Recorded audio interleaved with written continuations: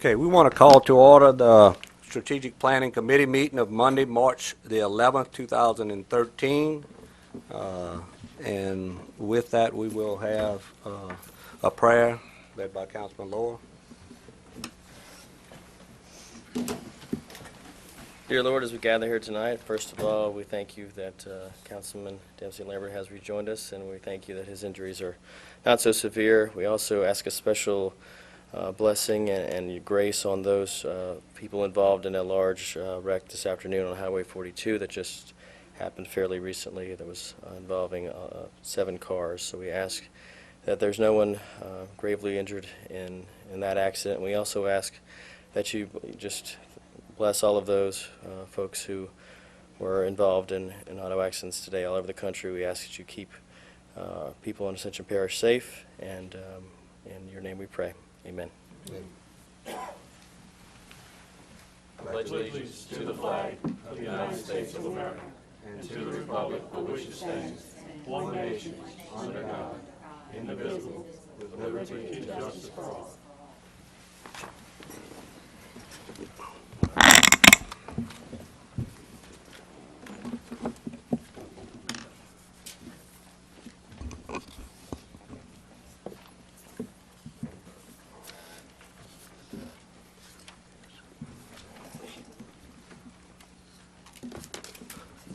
Okay, we are moving forward with this meeting tonight. We want to let everyone know on the public comment, anyone wishing to comment on the agenda items, please fill out a comment card, and you will be each allowed to speak. We do want to ask tonight, since we have 2 meetings following this, that people respect each other, that we go as quickly as possible, express your views, and we'll continue on forward because we're going to have limited time for the meeting. This meeting, I want to assure everyone, is a committee meeting. Nothing will be decided, no laws will be passed. We may make recommendations, may not. We're going to get as much in as we can, and we may have to defer some until after the other 2 meetings. We can't go more than 15 minutes over. Just to let everybody know. Number 4 is update on Parish pipeline ordinance. Rick? Mr. Chairman, I'll be brief. We want to look at the roles and responsibilities for the agencies in the parish, and we want to make sure that we flesh all of that out, because if we don't get the procedures in place early, we don't want to have a gap between what's policy and what's practice. So we're looking at that. I'm coordinating with all the agencies in the parish to make sure that we get that done. The first document in your packet is the budget adjustment that was approved by the parish president for $5,250. That was for permits now. It's going to be the database that controls the permitting process for new and existing pipelines in the parish in high consequence areas. The next document is the cooperative endeavor agreement between Ascension Parish government and the South Central Planning Committee. They actually developed the software and going to design it and make it specific for our needs. So we're waiting on 2 signatures to come back from them, and we'll enter into that agreement. And the last document that you have, this is our first month operating with LA One Call, about 60 to 70 dig tickets, a very manageable number that my staff can handle. So we brought a couple of people in, and we discussed this in some high consequence areas throughout the parish. So the LEPC meets Thursday, and we should have a good, solid last review of what we're looking at, and we'll ask the committee to make a decision on the ordinance at next month's meeting. Okay. So you're very satisfied as the way things are going, Rick? I'm very, very satisfied. As soon as we get that database in, we have to be able to follow up on all the actions that we take, and that database is going to give us the opportunity to do that. Okay. Good. So we won't know anything till next month? Next month. Okay. We're not going to put an overview on this item at this meeting. We will do so, review everything at the next meeting when we plan to make some decisions. I want to ask everyone on the committee to take the information that Rick has given us and go through it, let us know if there's any concerns or anything, and feel free to give Rick a call and make some suggestions so that I think by next meeting we can come up with a recommendation. I'll give you a good read-ahead packet before next meeting and make sure you clearly understand the direction that we're going in. Okay. Rick, a tremendous amount of work. We appreciate it, and, you know, this is a big thing for the parish. So, Just one Councilman Lambert? quick thing, Mr. Chairman. Rick, will you have any other pipeline meetings? February was your last meeting? We had two subcommittee meetings of the LEPC dealing directly with pipelines, and the local pipeline operators throughout the parish attended. Very satisfied with the support from the operators. Nothing that we're doing is outside of the normal operating procedures that they would do to begin with, and actually, in some cases, we're happy to see these things coming into being. So yeah, I've got full support from the operators, and I don't see a problem enforcing this in the future. I just want to make sure that whatever we put in the ordinance, we're capable of following through and doing. Okay. Thank you. We'll get it right. Thank you. Doug? Thank you, Mr. Chairman. Mr. Weber, just to be sure, it may be the same question that Councilman Lambert just had. The cooperative endeavor agreement, use agreement that's in our packet right now, is not going to be subject to change. You're going to, and the chairman's asking next time we're going to be acting on that document. We're going to be acting on an ordinance. I'm asking the committee to act on an ordinance at the next meeting. We're not going to say yes or no, but we're going to be, what I should say is we're going to be recommending to the full council that we think Yes. this is it or not. Yes, but the cooperative endeavor agreement is only to develop the customized software used to track the permits and. Well, I haven't seen the whole packet. There's other things, I guess, in here. Yeah. Okay, thank you. All right. Yeah, that's why we just study everything, and so we can make a recommendation. I think we've covered enough information. It's a very important item.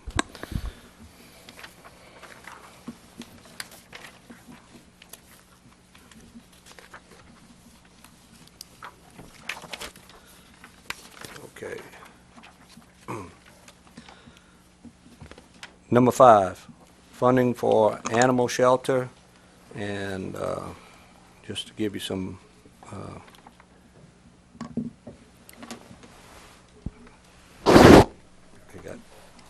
thank you.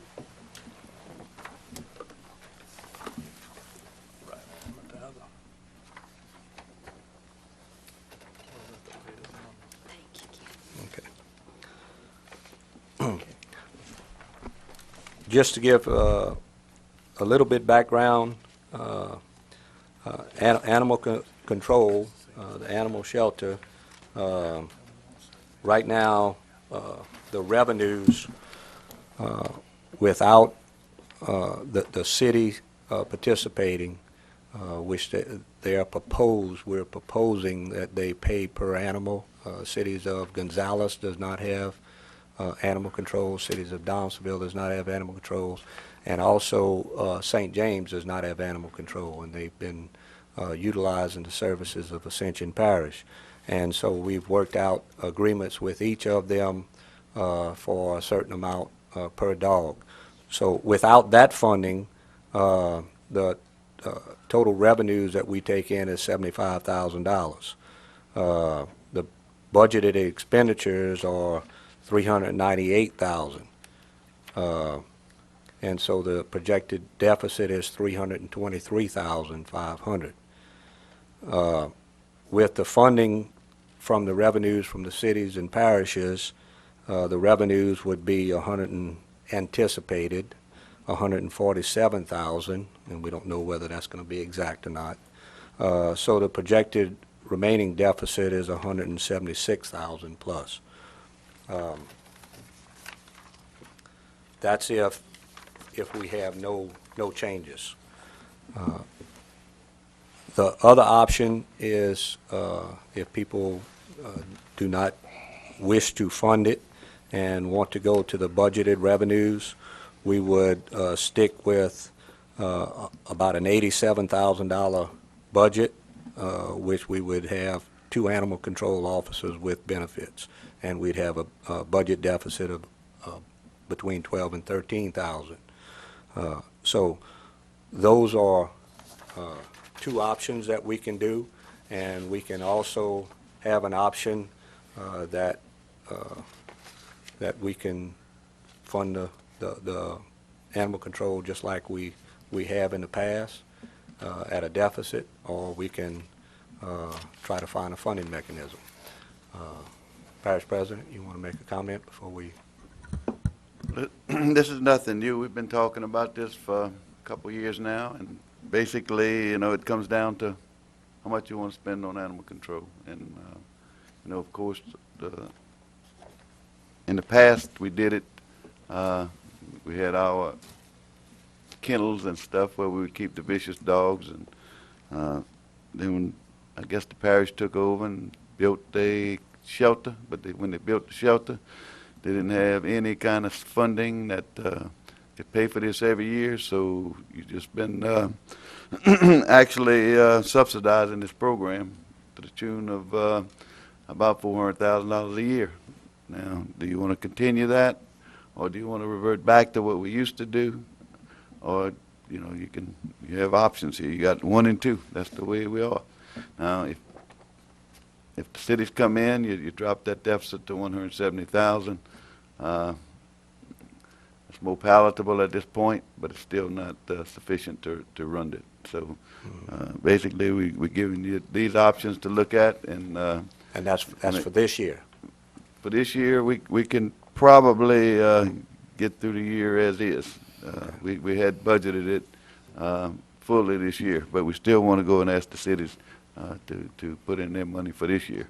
Right. So, but in the future, next year, we just kind of need to know how we're going to budget this thing. And just to let everybody know, with federal deficits and federal government cutting back, and goes back to the state government cutting back tremendous amount, a number of revenues and services are going down to the local government, and we have unfunded mandates. People want to retain the services, and certainly everyone I've spoken to on this council wants to not only maintain our animal control, but wants to continue to improve upon it. We're very proud of what we do have for a parish, and we want to say that directly to our animal control people. However, it's not something that is absolute necessary, as you see by Livingston and St. James and Donaldsonville and Gonzales as local groups. So there is other options. We are mandated also to try to work with what the funding mechanism we have and the money that we have. So we're trying to live within those constraints. Before I open it up to the floor for comments, I would like to, if the council members would, if they want to have a brief overview. Doc? Yeah, thank you, Mr. Chairman. I'll be very brief, and I realize our time schedule, and I admonish everyone to do what the chairman said, is if you can keep your remarks brief, we'd appreciate it. I want everybody to understand, though, on these two options, 1 and 2, the chairman didn't state this, he did last time, and I want to be sure nothing's changed. Option 1 is to stay as is plan. We would still, as a parish, take care of the cities of Donaldsonville, Gonzales, and Sorrento, as well as St. James Parish animals. And therefore, we'd be providing the same services to those areas as well as our rural areas inside of the Ascension Parish, which is my area up in Prairieville, and others.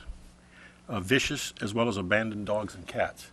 That's the $176,000 deficit we'd run if we stay that way. Option 2, however, was compare and contrast, to be absolutely certain.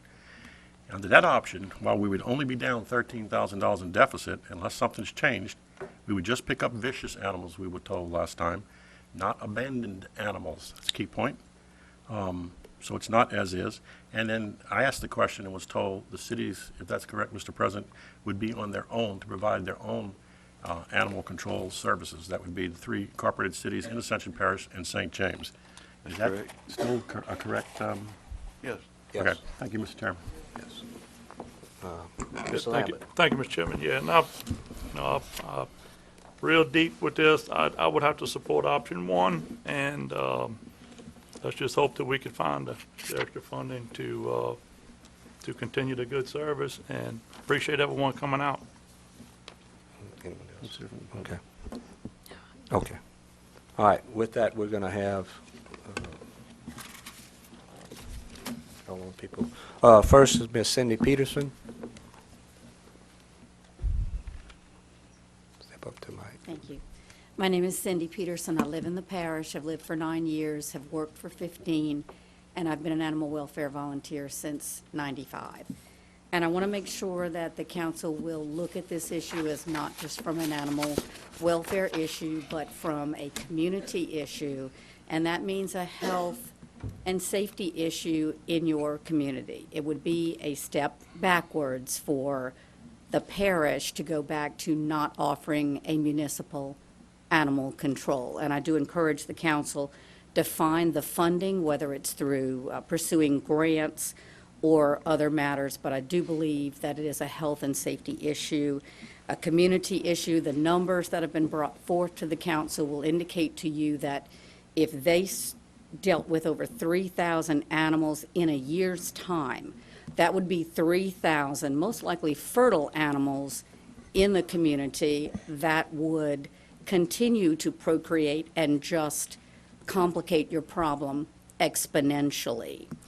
I think that also, I just encourage you to look at other parishes that have tried shuttering, where they just have ACOs and they don't actually have a functioning animal control. And I do encourage you to look and talk to those people in those parishes and see if it works for them. If you ask Livingston, my friends who do animal welfare in Livingston work in Livingston, they don't feel that it works for that parish. I just ask you to look into other parishes, see if that system works. I just feel that other volunteer organizations certainly cannot handle the numbers like this.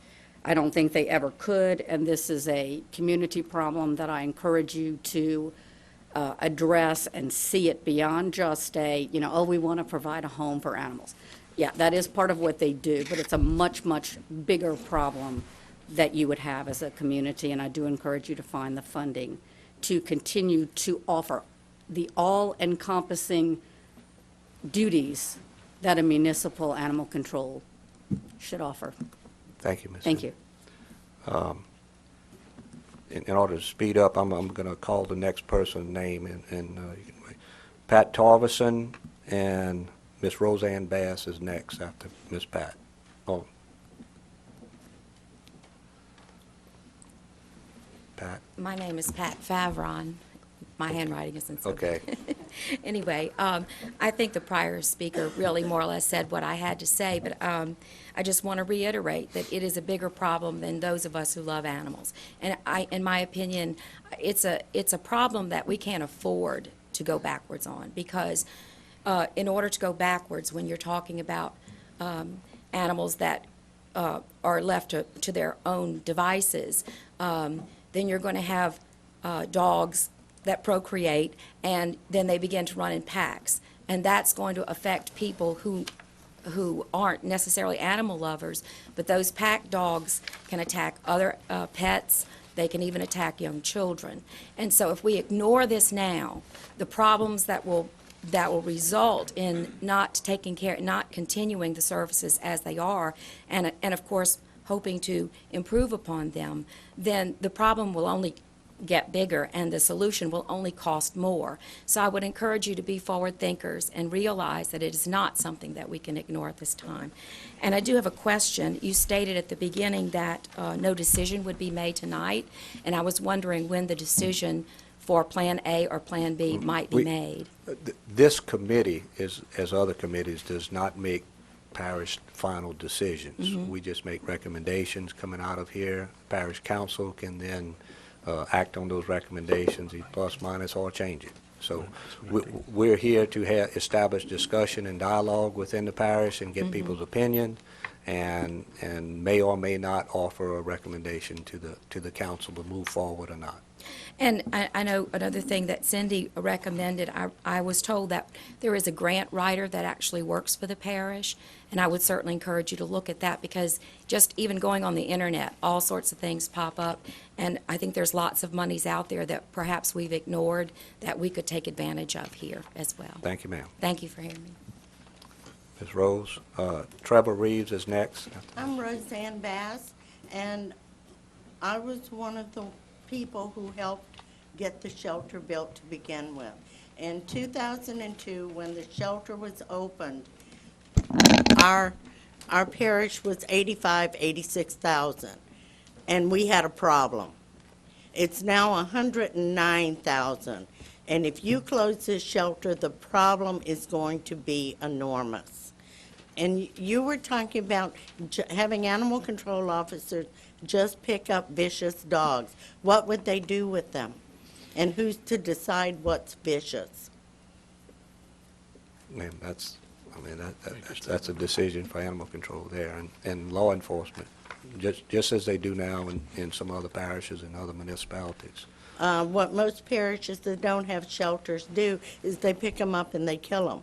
Now, if my dog got out of its yard and was cornered by another dog, it may become vicious. Then you would be killing my dog without any, looking at what's going on. And this is a public health problem. If these animals procreate, like Pat said, you're going to have a ton of pack dogs running the neighborhoods. You're going to have feral cats having babies. Kids run out in the woods to look at the babies, and the cats attack them. That's a public health issue. That's a public safety issue.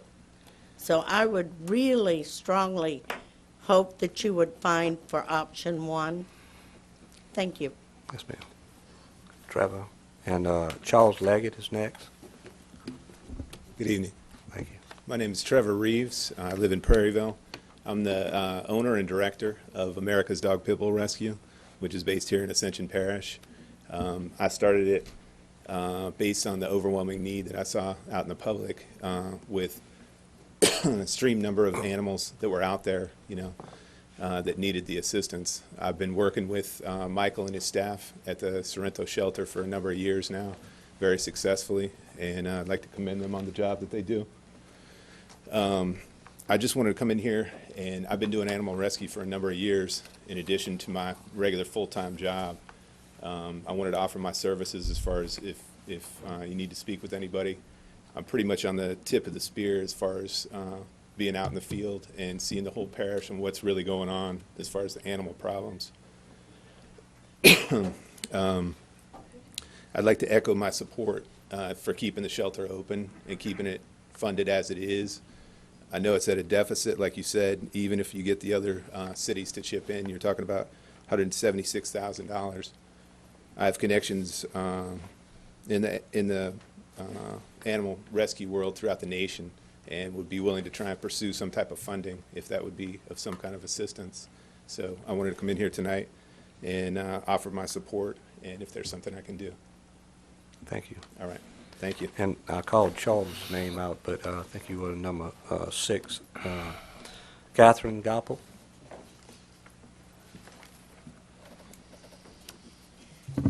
Yes, good evening. I think the question we're struggling with is not whether to keep the services going, because we know they need to go going. The question is how to fund the services. And we looked in the budget not too long ago and gave the parish president $48,000 more a year, his salary. We've got Lamar. This is not unlike Lamar Dixon. That's in the millions that we're spending there. I think we need to take a careful look at the budget. There are ways of improving our efficiency and the cost, and I would encourage, maybe you need to sit down with finance and have a look at some of the money that's being spent and where you can do a little bit better. Thank you. Thank you. Marta Richards. I'm Marta Richards. I'm an attorney in Baton Rouge, and I'm on the Louisiana State Bar Association's Animal Law Committee and the Animal Legal Defense Fund nationally, and I represent several Louisiana dog rescue groups. And actually, my involvement here is that I had a case against the shelter, and I prevailed. As a result, it showed me that there's a need for the review of shelter management, and that there would be, I believe, some financial savings within the shelter as you have it, and might help finance it. Plus, there are a lot of modern methods of financing animal shelters that I don't believe are being utilized, and they're not, believe me, they're not being utilized in Baton Rouge either. So I'm not trying to say that it's better, in another parish. It might, but it's better in other states. And I be happy to get involved. I'm a grant writer. I'm involved with a lot of volunteer groups. There are things that can be done to take the burden off of the budget. But there are also some things that, what I saw involving the case I was involved in, need to be addressed internally within the shelter. So I suggest that, that this is something important for this parish. This is, the most progressive, most growing parish in the state, and needs to have a shelter, but it needs to be really well run. And I think management's got some issues and, needs to get some overview. Thank you. Thank you, Ms. Morta, and at any time at your convenience, please feel free to call me with any of the issues that you do have. We would like to discuss. And we had one more, pardon me, Landesh, and I can't read the first name. I apologize. That's okay. Good evening. I apologize for arriving late. To let y'all know, my daughter's water just broke, and she's in the process of having a baby, and I'd rather be there Well, than here. hurry up. Okay. And good luck. I am a former animal control officer for Ascension Parish. I love the parish. I love the citizens, everyone. I resigned, and I don't have a lot of time, so I have an exit survey, okay, that I took.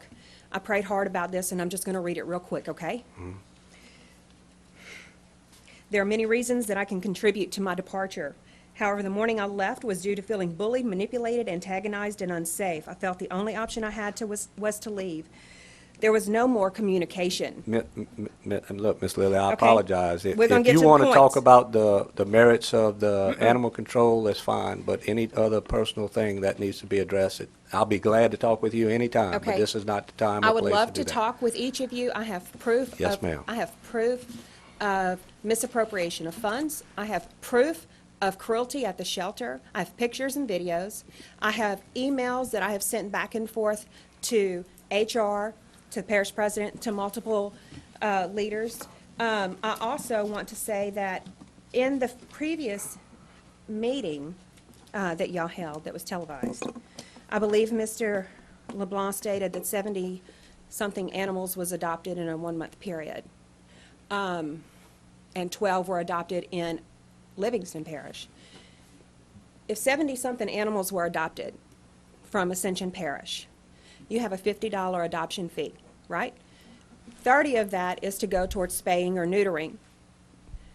Some of those animals had already been spayed or neutering through the grant program that LSU has that vets these animals, okay? Also, not all animals are scanned for microchips, okay? That would help tremendously to get these animals returned to the residents of the parish. They're their pets. There are a lot of things that can change at the shelters. There are a lot of ways the funds can be remanaged properly to afford more funds for the staff to do their job. Right now, we had, I think it was 580 calls to the sheriff's department in 1 year. 102 calls, animal control calls. Not all of them were directed to the parish shelter, okay? Some of them the sheriff's department had to take care of. Some of them were bites, aggressive animals, okay? A lot of them were. I had the numbers lifted. But 580 calls to the sheriff's department alone. If you close the shelter or drop it down to a skeleton crew, that is going to completely overwhelm our sheriff's department. We need animal control in this parish, and there's a lot of ways to improve it. Thank you. Thank you. Okay. Parish President, you want to make a comment? That's the end of, good luck, Ms. Landash. Yes, I heard a comment that we were spending millions of dollars at Lamar Dixon. I think if anybody wants to look at the books, Lamar Dixon is actually $1.3 million in the black. So That's we what I haven't was- spent any money since we acquired Lamar Dixon as far as operations, anything else, any of the public's money. Yeah, and I think that's an ongoing thing that has been said that's not true. With that further discussion, we were given option 1 and 2 from administration as options for existing revenue. That's where they stood by.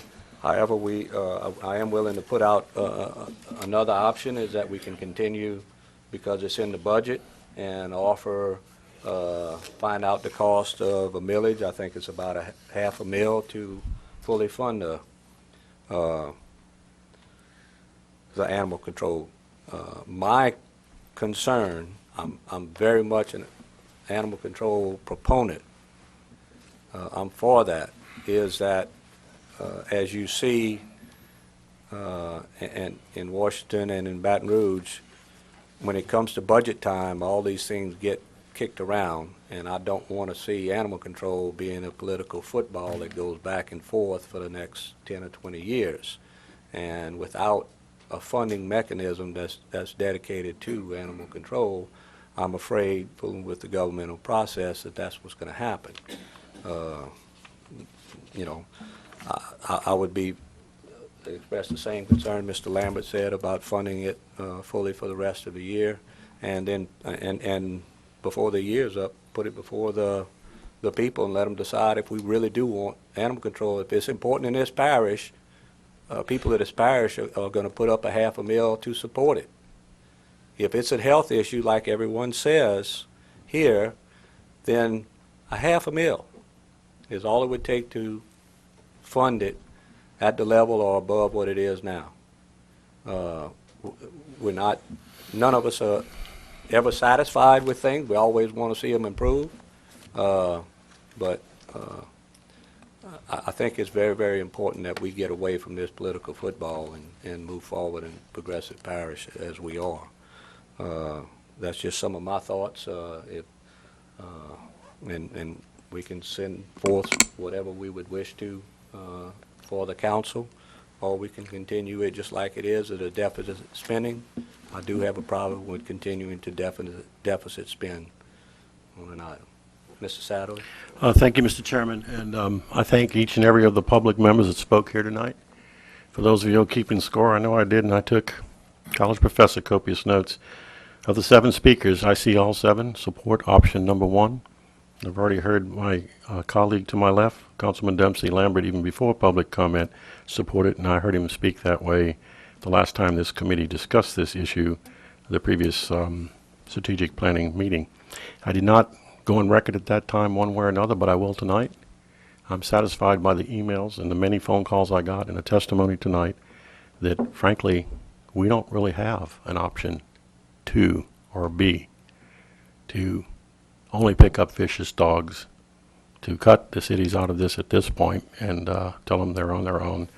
I think the testimony last time by Mr. LeBlanc, which I appreciated, that this parish would be overrun during the feral cat, I believe he called it, breeding season alone, much less the times I have seen in my own neighborhood and right across the street on the Elon Highway more than once. And my wife's in the audience this afternoon, and she's nodding her head. She's seen it as well. The abandonment of a dog at the Winn-Dixie. Now, there are people in this parish, whether we like it or not, that aren't maybe as responsible as we'd like them to be, that are going to abandon dogs and cats at the end of cul-de-sacs and subdivisions or in grocery store parking lots, etc. If we're in any way a progressive or a forward-thinking parish, how could we think at this point? I've heard testimony. We started this in 2003, and I helped design it, and we had 85,000 citizens. Now we have nearly 110. How can we go backwards? So I'm with Councilman Lambert on this. I support option number 1. And unfortunately, I don't think that now we have a third option, I guess, Kent, with all due respect. I wasn't aware of it before, that we could actually have a millage. I don't think we need to do that. If we can afford to build piers at Lamar-Dixon at a cost of, and anybody can shoot the figure down. I know I've got a person calling me that was a former DPW worker saying we used $250,000 in man hours to build a pier. The raises were already mentioned for parish officials, even our own, as a parish council, raises, buying property and boat slips for the recreation, and I'm all for recreation too, at a cost of over $350,000. How can we continue to do these things as a parish and not support the animals?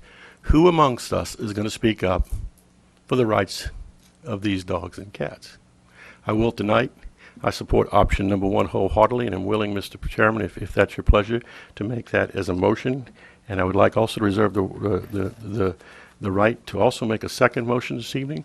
The first one I think is clearly we're here to act upon, if it's the pleasure of this committee, whether or not we keep things as is, suck up the money issue, go to a situation where we fire some people and provide less services, et cetera. But I've heard 2 of those 7 speakers I mentioned earlier speak about mismanagement and animal cruelty. And it ain't the first time I've heard it. I've heard it several times in the past by individuals not even in this room. So the second motion I'm going to offer in a minute, and if it dies for lack of a second, so be it. I think it's high time this parish takes a look, formally, not informally, and I'll be making a motion that we do so, to look into what's going on, and if let the chips fall where they may. I'm not saying that Mr. LeBlanc or anybody involved in our current facility is doing anything but an excellent job. But what's the harm in looking into it and trying to decide if that's indeed so and these other folks are off base? Okay? I hope I don't embarrass Ms. Landes, but I'm aware that she's no longer with the parish, and she shared the reasons why, and a lot of people conclude, well, she's a disgruntled former employee. Maybe so, maybe not. But frankly, I don't have the resources or the information to decide if that's so or not. No more than I do that if Mr. LeBlanc is telling us and everyone else the straight skinny about that place. So I would like to see the parish council, in the form of a second motion in a moment, take a look, maybe through our personnel committee, whatever, establish a citizens group. There's people here, attorneys, others, animal welfare groups, pit bull rescue, I heard, et cetera, that could be on that committee and just go in there and ask the questions necessary to decide is everything going on right there, because not only do we want to stop that if that's so, and let's assume that it's not. That committee can serve an important secondary purpose, looking into whether or not, if there's some mismanagement, we can save some dollars, which started this whole mess. So I'm going to start with Mr. Chairman. Is it your pleasure that we offer a motion tonight to recommend to the parish council option 1 or 2? Yes or no? Mr.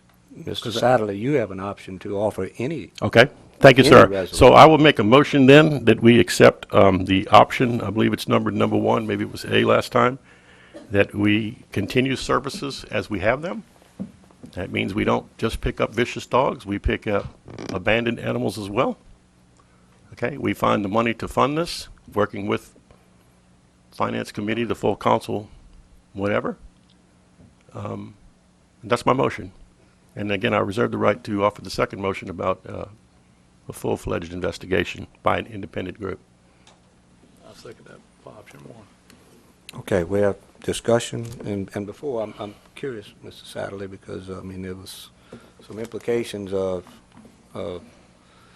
it may not have been meant that way, but there's implications of looking into wrongdoing in the animal control, and I was just wondering if you ever been there? Mr. Chairman, I have not. I fully plan to go because that invitation was made last time. But to be quite honest with you, I think you're mischaracterizing, so let me set the record straight again. I've had this problem before with this, with some of my fellow commissioners when I fought to not have a special election because we could save the parish $70,000. I'm not against the firemen, and we could not only do that, but have a bigger voter turnout. This is the same thing. As I said, and I'll say it again, I don't know if any whatsoever, no implications of wrongdoing is going on or not. But what's wrong with looking into it and seeing if it's so or not? And that's all I'm trying to say tonight. And I'd like to see that happen, quite frankly, because what can I do? If I get an email, more than one email, a phone call, more than one phone call, how can I make that decision? And by the way, just going out there, Mr. Chairman, to be quite honest, I respect your opinion, and seeing what's going on, quote, one time, does that satisfy everything? I would think not. I ran a very large research lab governing thousands of animals, staff of over 24, and I promise you this, they were good people, well-intentioned people, but occasionally on Christmas Eve, Easter Day, or something like that, an animal has to eat regardless. They don't know the Easter Bunny's coming, or Santa Claus.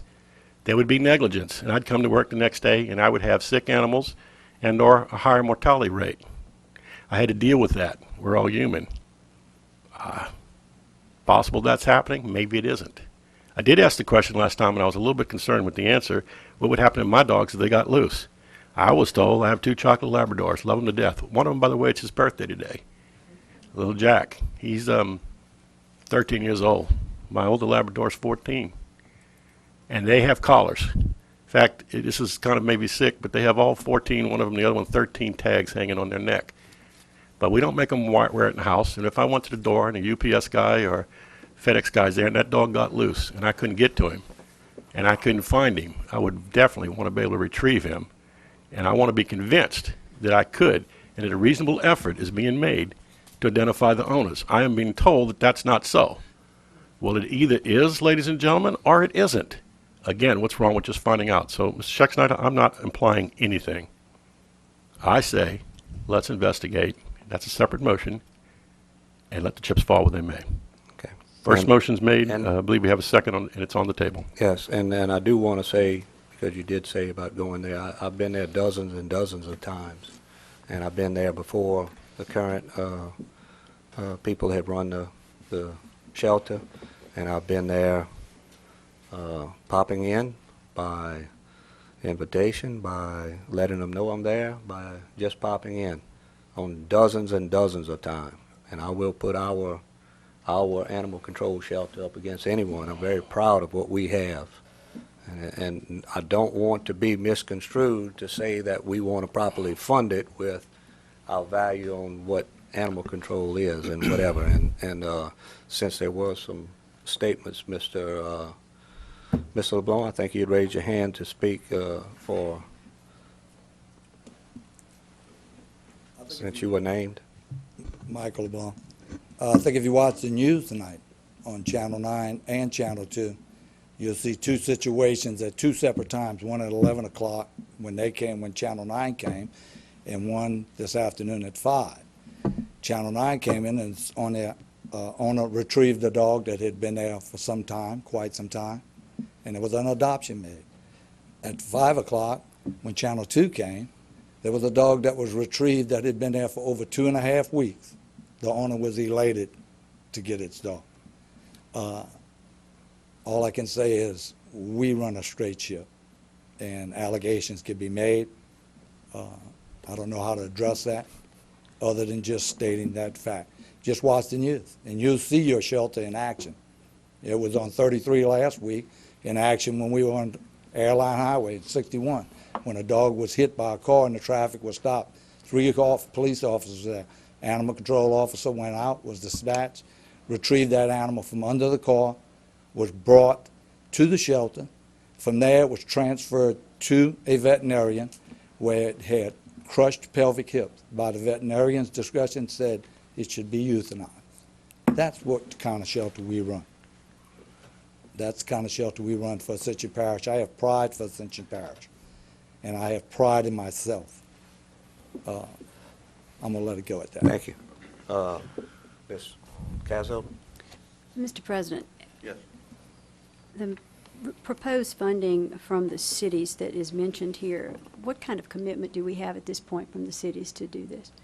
I think all of them had agreed in principle to what we had discussed, and Mr. Pierce maybe can fill you in a little better with that. He discussed it with the mayors. But I also want to address Mr. Sadley's issue also. You know, sir, certainly you're right to investigate any department in parish government at any time. It says so in the charter. So if the full council asks to do so, it's not a problem.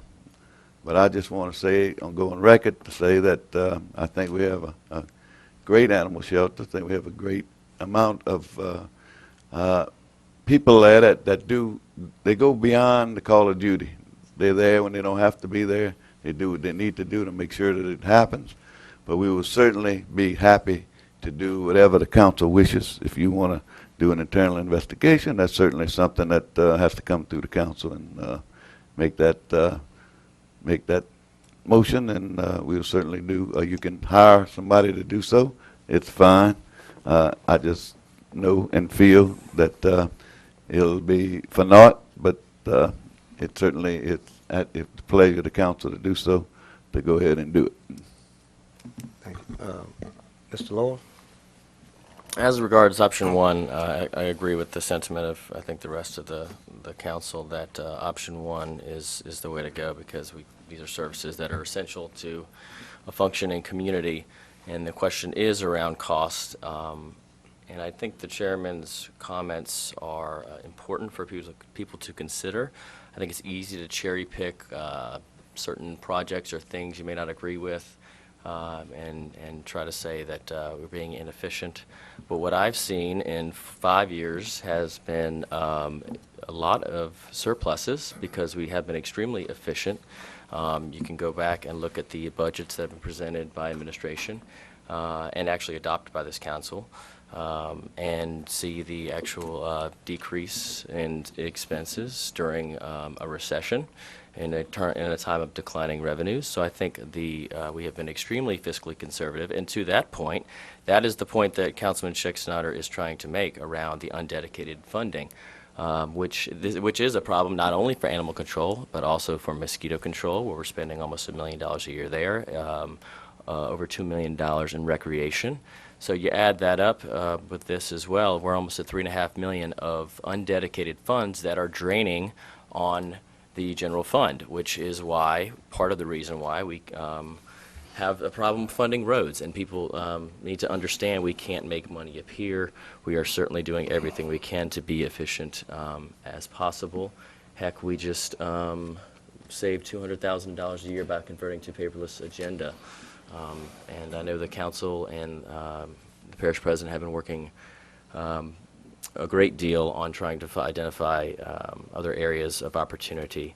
But it is on us, the council is the ones that actually spends the money. So if there's any issues around certain projects or things like that, that's actually on us. So I appreciate the chairman's point around undedicated funding. I think it is an important part. That being said, I am going to support the motion regarding option one for this year, that we will fund the animal shelter as needed. Okay, we have a motion and a second. Any other comments? So I think everybody has a chance to continue with the 2013 budget for this year. Any other comments? Anyone opposed? The motion is passed. We will recommend to the parish council, to the full council, that we continue operating at the current expenditures budget for this year, and then we'll see what we'll do from then on out. Thank you, Mr. Chairman.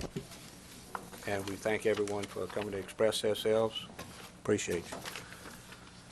This is a very important issue. Okay.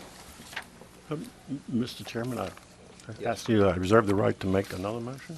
Oh, I'm sorry. Is that okay? Yes. Okay, thank you. I appreciate all that was said by the president, and I appreciate what Mr. Lohr had to say, and yourself, Mr. Scheck-Snyder. And we could sit here and lob back and forth like a tennis match across the net examples of our fiscal responsibility and how we did good. And I'm not here to deny that. I think in many ways we have. We've won awards for our auditing, and we've tightened the belt in so many ways. And anybody that knows Mr. Martinez, I'm getting to learn him more and more every day. He looks at truly every dollar. That said, however, what I said still stands. We seem to be able to find money for pay raises for this council, for legal counsel, for the parish president, to Bill Pierce at Lamar-Dixon, to buy boat slips, and again I said we can go on and on, so that's lobbing the ball back and forth. And I only mentioned that because I wasn't sure we're going to get the boat, and I thank my colleagues for doing that, to support option one. But that does not change the fact that we could be fiscally even a little better maybe and tighten our belt if we look into things. The issue isn't just potential animal cruelty. As I said again, and please everyone try to paint me correctly and accurately. Maybe we could do better in the use of our people and the practices they perform and increase our adoption rate, et cetera, things that are well beyond my pay grade, if we just look into things. We had people testify tonight, and I have a 5-page email I could enter in the record if it pleases the chairman or this committee, talking about dozens of areas where we could tighten our belt. What's wrong with just looking into it and seeing, can we do so? So with that, I'm going to try again and offer the motion that we recommend to the full council, and I like what Mr. Martinez said, an independent group look into, can we save more money? I've heard tonight, for example, maybe we could have a volunteer service on top of the service we have. If it got to be good enough and people really said what they said, walk the walk, talk the talk, showed up, maybe we wouldn't have to hire as many paid guns. Okay, look at that. Potential cruelty issues, of course, and do it independently. We could do this through our personnel committee, by getting a citizens committee, of which if I had my druthers and could recommend to them in a full body, and we'll be doing so, we would put at least one veterinarian on that committee. If the parish needs assistance there, I'm very willing to help there. I can't tell you how many protocols as a former research scientist at LSU I had to put forward in front of their animal care committee, and they asked some very searing questions, and those guys would be eager to assist, as well as individuals I heard tonight that are involved in American Pit Bull Rescue, as owners and managers, attorneys on the Louisiana State Board of Animal Commission and Control, and activists. 2 or 3 people said that care about the animals beyond just the money issues. We could put a citizens committee, I think, together and just take a look at that. So I'm going to offer that as a motion, at the risk that it will fail for a lack of second, but I hope it doesn't. That's my motion. You have a motion to perform independent Investigation to see if we can. investigation. Investigation to other see than- if we can increase our efficiency, as well as any potential animal cruelty issues. His recommendation, obviously, to the full council that we look into it beyond just saying everything's great, because, and I'm sorry for this one, it's not a cheap shot, because some councilmen went out there and visited or not. I'd feel a lot more comfortable, and I could dispense with the emails I'm getting very quickly if I knew a bunch of folks independently looked into this and said, there's nothing there. These are disgruntled people or whatever, and they're, dread the word, crackpots. That's my motion. You have a motion?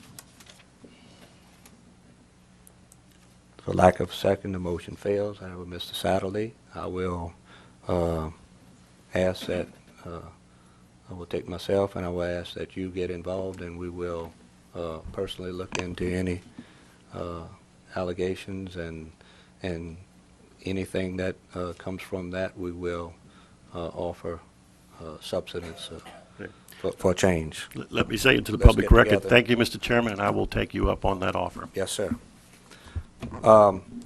With that, unfortunately, we are running over, and we have item number 5, where we will ask for a recess. We have a scheduled meeting at 6 o'clock, and we are running over. We will have to reconvene this meeting after the drainage and finance meeting. I would look to entertain a motion to I'll make that motion. Second. move to recess until after the other meeting. Then we apologize to the people that have been here. We were attempting to get through with this earlier. So we will recess now until after the other meetings.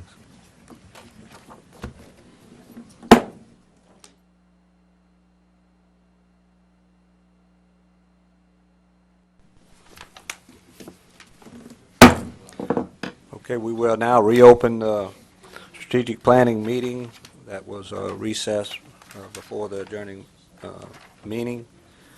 And we are now on number 6 of the agenda, which we have a number of speakers. Number 6 is the update on garbage services. Apologize while we get situated here.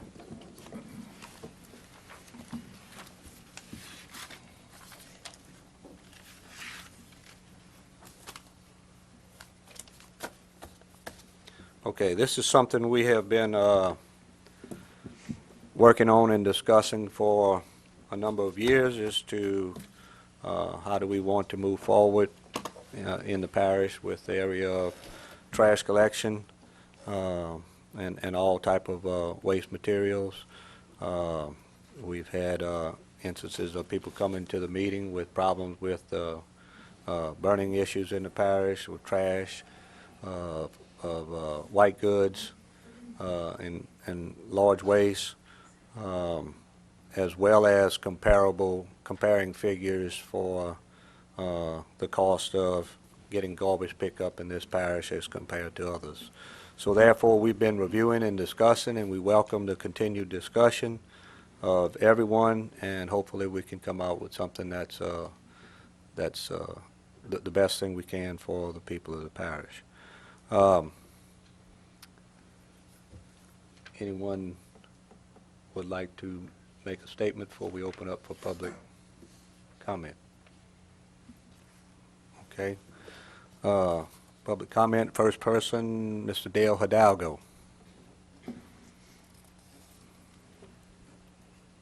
Good evening, y'all. I'm Dale Hidalgo with Dale's Garbage Service.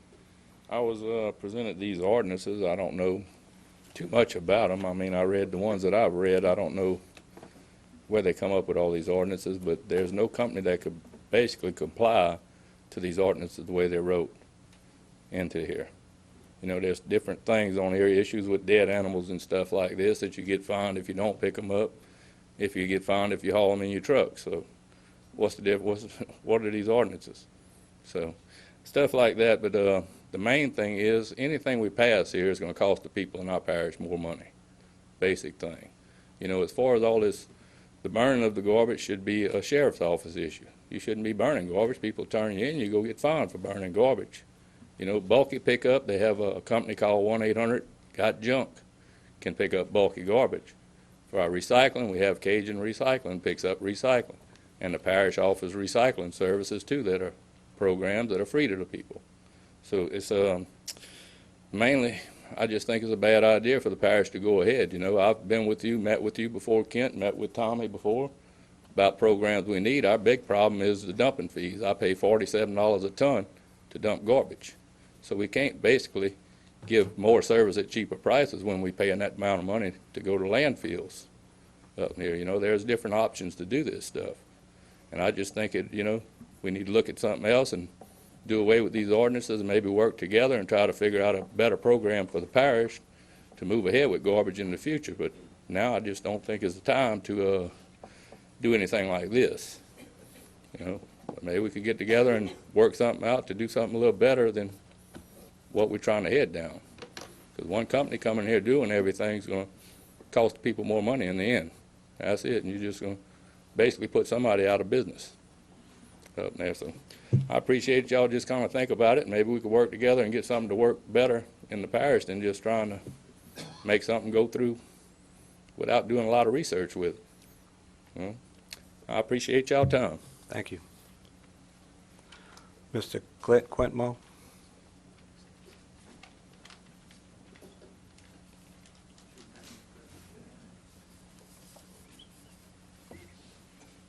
Good evening. I'm Clint Quintmall. I own W.J. Quintmall Surveyors. And over the past 12 months, I've had certain what I consider unnecessary regulations applied to my business. And talking with other local surveyors, these type of regulations and changes, although we think they're unnecessary, strictly drives up the cost of surveying. I say this and bring this point up because after reading what was proposed here, that's essentially exactly what's going to happen if you accept this proposal. It will certainly drive up the cost of garbage services. In addition to that, the regulations that are proposed, there's no doubt that you'll have to create a department just to police these. And then of course, how are you going to pay for them? I'm hearing all night long that we don't have enough money for this, we don't have enough money for that. But here we're proposing something that essentially you're going to have to regulate, and that means more government and more cost. And essentially, I don't quite understand why we're headed in that direction when we have such issues such as drainage, roads, and sewer, which are huge, why we want to try to diversify our resources to focusing on garbage, where these problems obviously need to be attended to. And so what I would ask today is to work with these companies who employ our citizens, and talking with many people around the parish, their response after talking to several dozen is, I didn't know we had a garbage problem. I'm happy with my service. So I'm not sure exactly what the huge problem is. It sounds like these services exist. And so what I would encourage is that you not do this at this time, and that we concentrate on drainage and roads and sewer and things that need to be addressed now, rather than deciding to get into the garbage business and start opening up a whole can of worms that we're not, I don't think, situated to handle. So I appreciate your time. Thank you. Thank you. Mr. Charles Leggett. I think he might have had to leave. Okay. Carla Swacker, and she talked to me, and she's from Allied Waste, and she had to go to another meeting. John Pryor from Dale's Garbage. Good evening. I'm John Pryor. I'm a waste management consultant. I currently work with Dale's Garbage Service. I'm going to be short and concise. Sent an email to all of you recently. I've talked to many of you about this issue. And at first I want to say I commend the council for what their attempt is in improving services at lowered costs while improving the streetscape. But I'm not sure that this ordinance achieves that. And let me give you a quick appreciation for it based on my experience. When prices are lowered, generally in a municipal or parish bid, it's because there is a predetermined number of units. This ordinance has no provision, it identifies no such number of units, so it's impossible to determine what those actual increased costs will be, let alone how the customer is going to be charged. And there's also no centralized billing. And I think those two key critical elements separate the challenge that Ascension Parish has over other municipalities and parishes that have such a mechanism. I reside in St. Tammany Parish. They've been talking about this for years. Currently, there are probably over 50 independent haulers. I have seen no impact, negative impact on the streetscape because they have such an ordinance as the one you're supposing to propose, to approve. A couple of other things come to mind with the when we get into mandated services. I don't know how fair it is to mandate services that the majority of the constituency will never use. I challenge you to think, when was the last time you put white goods that out for collection and how that was disposed? Most people pick it up when you buy a new appliance, or how often you need bulky waste service. Currently, this is a subscription service. The ordinance intends to potentially create a number of vendors that will be providing subscription service. Imagine the problem just in logistics and in scheduling if you have 3, 4, or 5 such vendors. You required publication of routing? Impossible. Where are these people? And it could be a conflict and difficult for the constituency to understand when they're going to be picked up. As Dale asked, if there was a dead dog, whose responsibility is on what route? So I think that while the idea in the ordinance is meritorious, I don't think it's the right time. I think we've done nothing other than to say we're going to have the same subscription service that we have right now. We're just going to require more services. But those services will result in increased costs. Logically, if it's $20 or $25 for subscription service now, and you lay over recycling, you're going to have increased costs, undoubtedly. Thank you. Thank you.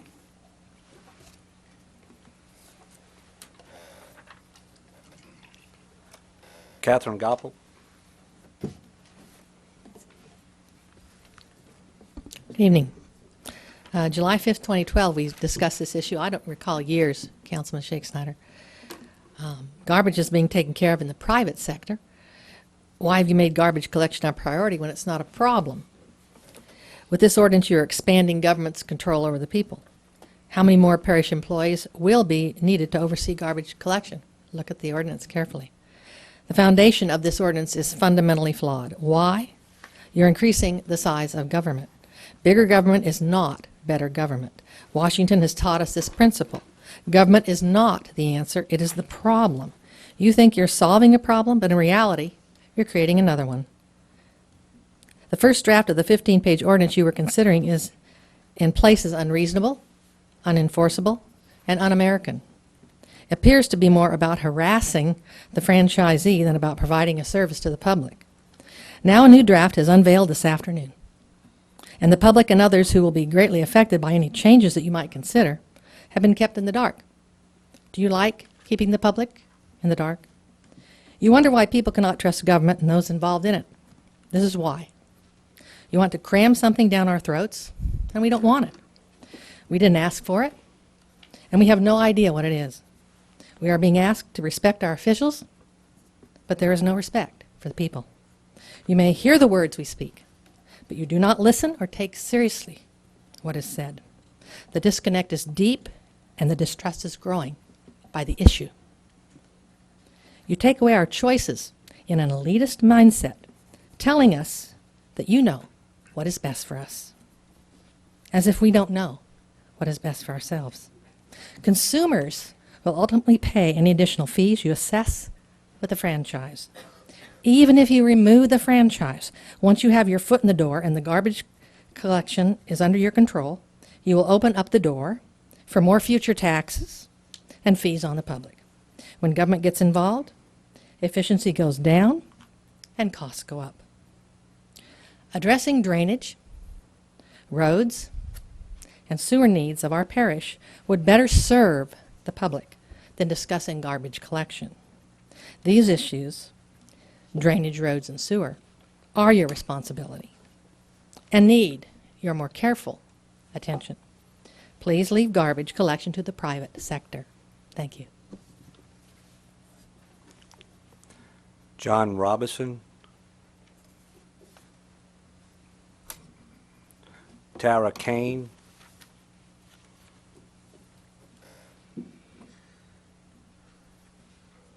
Good evening. I do apologize. I was not going to speak tonight because I had previously emailed the entire council, but I felt I needed to stand up and speak publicly. I am an owner of Cajun Recycling. We are a locally operated business here in Ascension Parish. We do offer curbside recycling service to the residents for a subscription fee. Frankly, this trash proposal, it's going to greatly affect my business, potentially putting me out of business. But not only from a business standpoint, I'm a resident here in Ascension, and I know that this is going to affect me as a citizen. I mean, this proposal is mandating that they provide more services and a franchise fee, so ultimately that it's going to drive up the cost of operations. That cost is going to be passed on to the citizens. We're the ones that's going to have to pay the extra fees. I think there's two misconceptions when it comes to recycling, great misconceptions, because I hear this all the time. You're making money off of what I'm picking up from your household. I'm not. I bring it to the processing plant, and right now they're not even paying for the goods. And if I do get paid on those goods, it's about 30 cents a household. I think the second misconception is you look at surrounding parishes and everyone says, well, that was provided to me. That was a free service. Those services of recycling are subsidized by the government. I don't believe everybody really understands that as a citizen. So how can you come in and say that the fees to us as what we pay to our providers are going to be capped off? I mean, they're only going to increase when you're going to make these service providers provide these additional services. It's just obvious. And frankly, I'm not in to provide garbage service, so my business will greatly be affected, but it's mostly as a citizen of Ascension. Thank you. Brenda Robert. I'd like to first thank you all for staying out this late, regardless of what the topic is.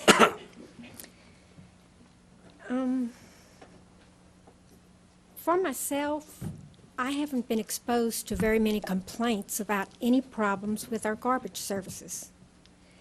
And I don't hear about 100 people begging for recycling and I'm a recyclist. I wouldn't be against that. Are we being fined for not following solid waste disposal rules? I don't think that's the case either. To me, when we go about doing an ordinance, we're going about to meet a need that needs to be met. In this case, I don't think so. As I understand, the ordinance is not mandatory to the citizens, but the ordinance is mandatory. It's mandatory to the small businesses. It'll add to their service costs, the added equipment, the added manpower to the staff, to staff phones, but no assurance of expanded customer base. There's more mandatory issues. The franchisee has the sole responsibility of collection of the new tax. The 1% new tax, last we heard it was 3%, and before that it was 7.5%, and now you've got a new ordinance proposal let out this afternoon. I've not seen that one.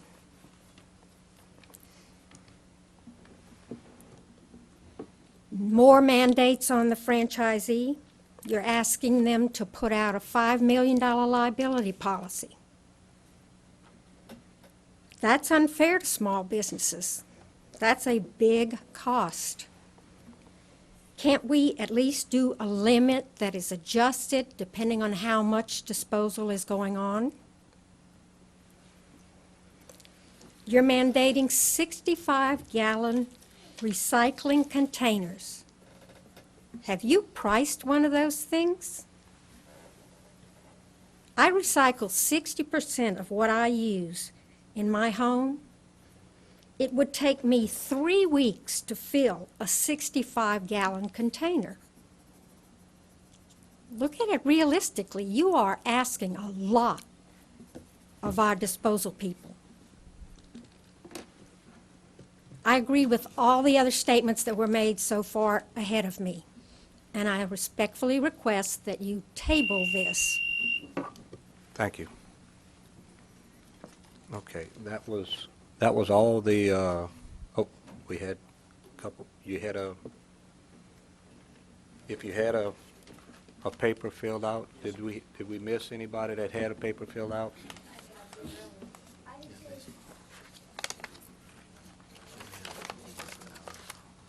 What? Yeah.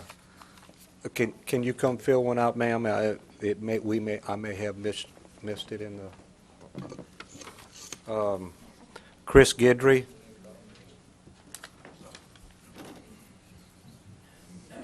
Thank you, Mr. Chairman. And I was here to make my case for a larger can that you could roll out to the street, but I guess I just heard that there is going to be a can. Well, I mean, that's, you know, we're working on deciding what or if we want to do anything. That's Okay. Well, that's what we're here for. The comment was just made that the ordinance says that there's going to be a mandate of a can. What we have in writing is that we have a working document that we're working on to try to decide what do we do? You know, what goods are we required? What are we required of the vendors of the parish for the people, and what conditions that they serve us on? As a resident, the one thing that one of the things is a can, you know, a single can. As a resident, the one thing that I would really like is a can. Came here from a parish that had cans, and I thought they were a great convenience for old and for elder citizens and for young families who had a lot of kids. The can was adequate for a week's worth of garbage, and I thought it was a very convenient way to move your trash back and forth from your house. And you know, I had one of my, since I moved to Ascension Parish, one of my lids had been missing for 5 weeks now, and I just found it 3 blocks down against a fence. So, you know, cans, the smaller cans are always a problem when you have wind and things like that. So one of the things that I would like to see is a lower price and definitely a can that makes it a lot more convenient for someone to manage their garbage on a weekly basis. Thank you. Thank you. Mr. Evan Shaneyfeld?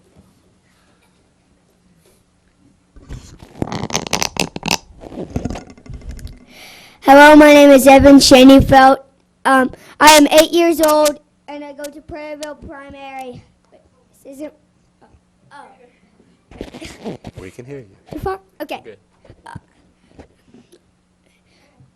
Okay. We really need a recycling truck that just drives around collecting the recycling, because there are families who are too busy just to head out and take time just to go and give the recycling straight to the truck. So the truck needs to drive around to collect it instead, because it saves a lot of time.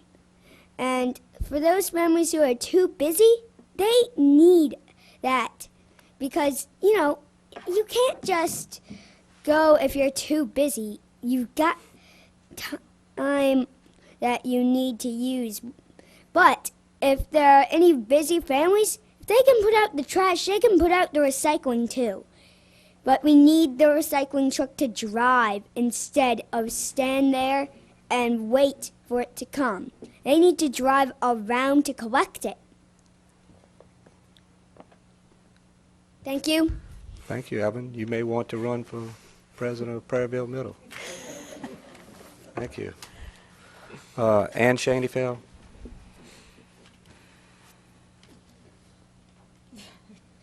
That was my son.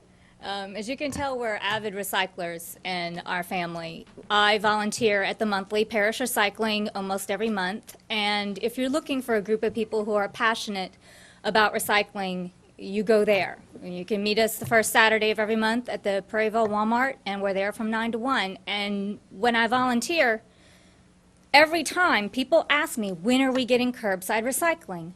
A lot of them have moved in from other places. They're like, I can't believe you don't have it. Where I came from, it was mandated. Or some people are just moving in from Baton Rouge and they had recycling in Baton Rouge, and they're like, where's the recycling? Where is it? They expect it. It's not considered frivolous or additional. They expect that level of service. And, you know, also studies have proven if you make it convenient, people recycle more. The people who come out once a month, they're really dedicated like me. We store it up for a month in our garage and it spills over. And it's spilling over so much that I now have a contract with Cajun Recycling because I can't wait every month. But if you give people bigger containers, they recycle more. It's something that has been studied and proven. The larger the container, the more you do. We recycle probably 75% of everything we throw away. And the little containers are not enough. I want this in the parish. I don't want it to be so expensive that people in the parish have a trouble affording it. And understanding the economy of scale, it's very hard when you do add all the extra services to it for someone who maybe has 2 houses in a subdivision to get their prices down. It's, I don't know, maybe we do regional garbage, and that's something that we had tossed around a while back. We have garbage regions. That way we can still maintain the small businesses, but they get a larger chunk. They know how many people they're getting. They can give you a lower price because they know there's maybe getting 1,000 people within a certain radius. I really would like to see something like that. I haven't gotten to read the ordinance as it is, but again, think of it in terms of the customers and the businesses. They need the economy scale. They need to know how many customers, and we want the services. And there are a lot of us out there. Unfortunately, I was at a Girl Scout meeting tonight. I had to get friends to bring my kids home. We have lots of events, us with small children, who are pushing us to recycle. And we don't always get to follow what's going on, but they're there every Saturday. So I invite you to come out and meet some of them who are very, very passionate about this. Thank you. Okay, I think that was all that we have. We want to open up the floor for discussion. I'm sorry. Mr. Pierce, you had any other comments? Did you had any other comments, Mr. Pierce? I know. I would like to say something about, because we did make some changes. I think you had made some changes today after meeting with some councilmen. This is an ongoing process. That's why we have these public meetings. We have that's why this committee is here. We're taking a subject matter, and to answer someone's question, we first met 6 or 7 years ago on this issue. We met with all of the vendors in the parish. And since that time, have been having different discussions about making things better for Ascension Parish. We put forth a document that's a working document that we started off with, and Mr. Pierce had contacted a number of other governmental agencies and waste haulers, and came up with a generic document, at which time we put out to as many of the councilmen to meet and talk about, and we've been having this at this public meeting for a number of months, that we had some drafts. And we've invited councilmen and people, the public, to call us and discuss any of their problems and review it and constantly review it. And if agreed upon, we try to change it and update it. Whenever we have a number of councilmen call me and said, look, I've had a heartache with this issue, then we take it off. And some people mentioned some things. I want to make sure you know we don't have anything on this document about picking up dead animals. It was a thing that was put forth by some municipalities. That was something that has been refused. The routing has been taken off because of a number of meetings that we've had with individual councilmen. We've taken a look at we talked about the time and use of services. Some of the things that was added is that we wanted to make sure that handicapped people and the elderly have an option, in which in some areas they do, of getting their garbage picked up at their doorway, which we put in as an option, as something that would be in there. We just started asking questions. Whenever I get at a conversation with the councilman in St. James Parish, and they just negotiated an agreement, and the parish does subsidize a certain amount, but the individuals pay $11 a month for basically all the services. They have recycling in little pods in different areas of the parish, and they negotiated that down. And they're very happy with the results of that. St. Martin Parish, just in the Advocate, some of the things they had, and Mr. Pryor talked about working for Waste Management, and they're in charge of this program over there. They were the only, they've started a mandatory program over there with 96-gallon carts. Guy Cormier, their president, said we are hoping that this program definitely reduces the amount of weight. Said the parish has long been considered mandatory requirement for trash service, and that St. Martin was one of the only parishes in the area where rural service remains voluntary. They have residential trash service in rural areas will be $15.86 a month for once-a-week trash pickup, once-a-week recycling, twice a month pickup of white goods, yard debris, and bulky waste. And my question is, we need to be answering these questions. Why can St. Martin Parish do this, and we can't do this in Ascension Parish? I'm not sure exactly what we have to do to get to this point to provide the services at a reduced cost.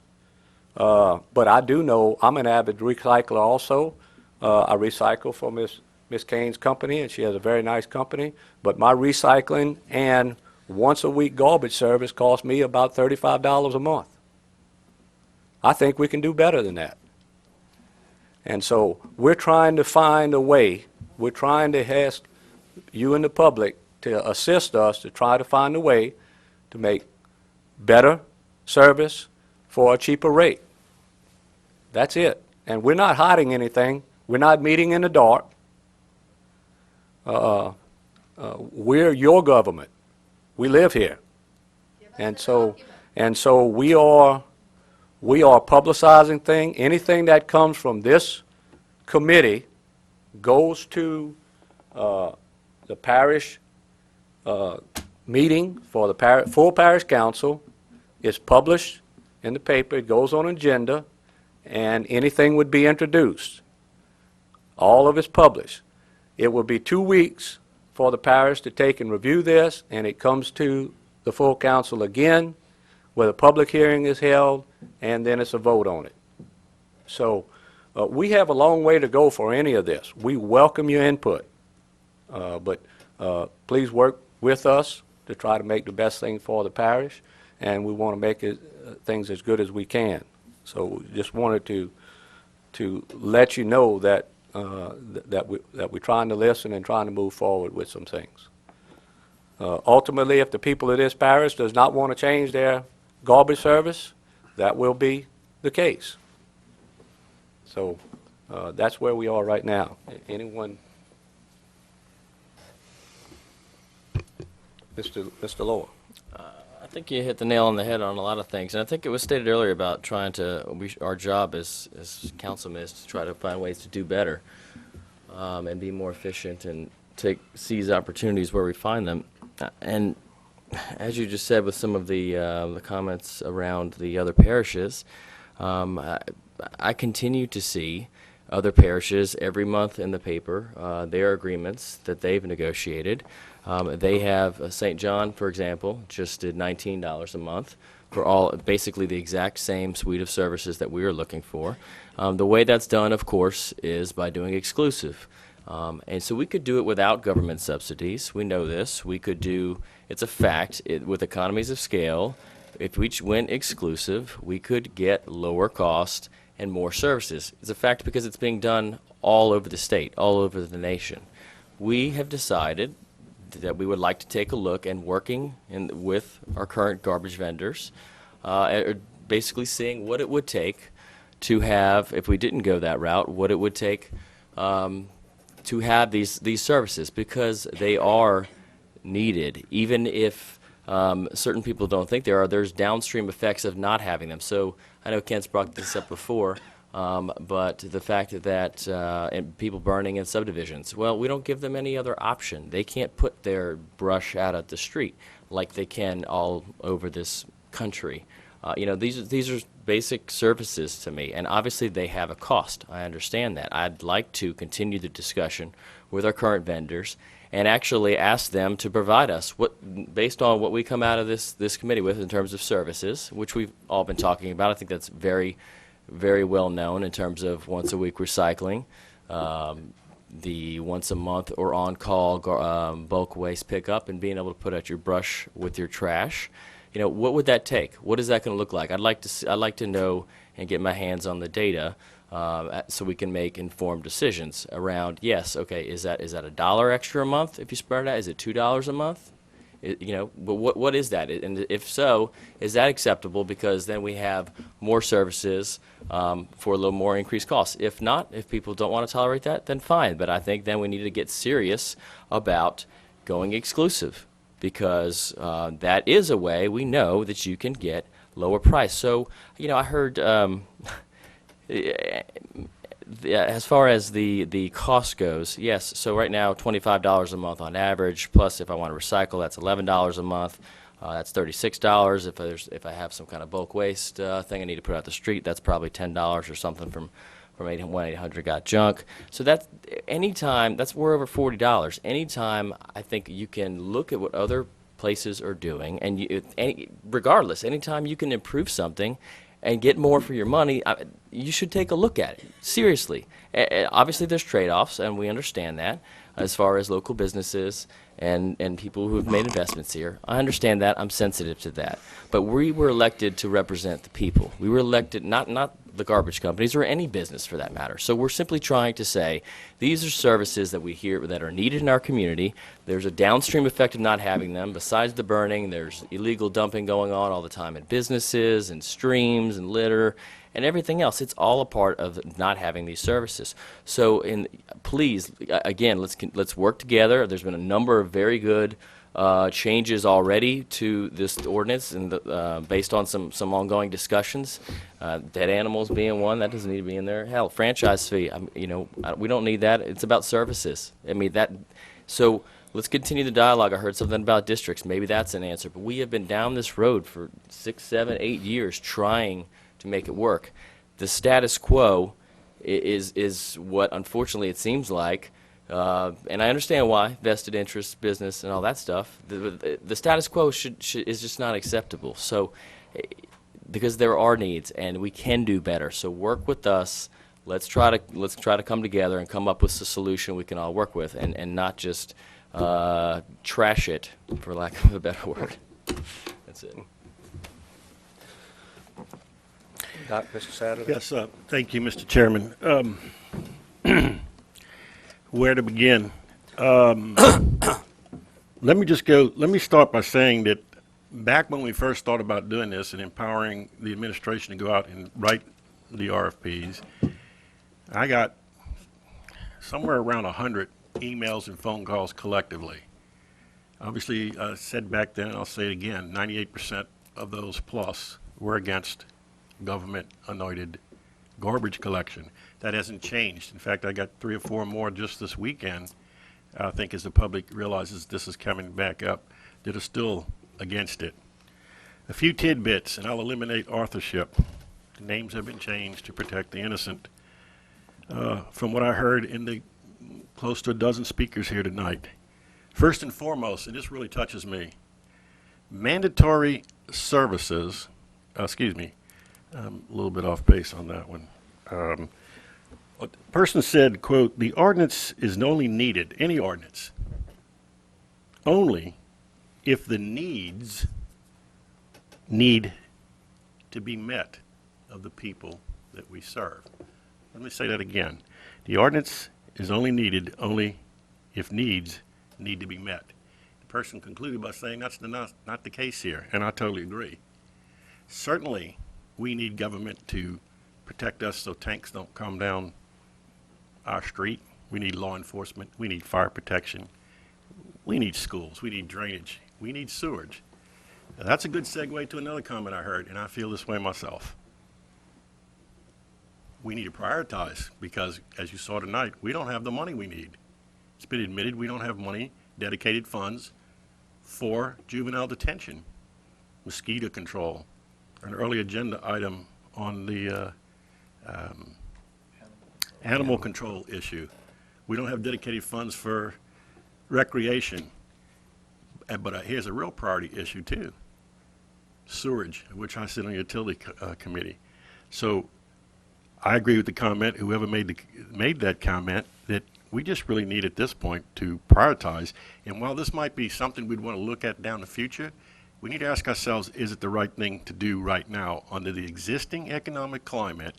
What we just saw when we went to the people for a tax for improving the roads, a real major priority issue, along with sewage, etc.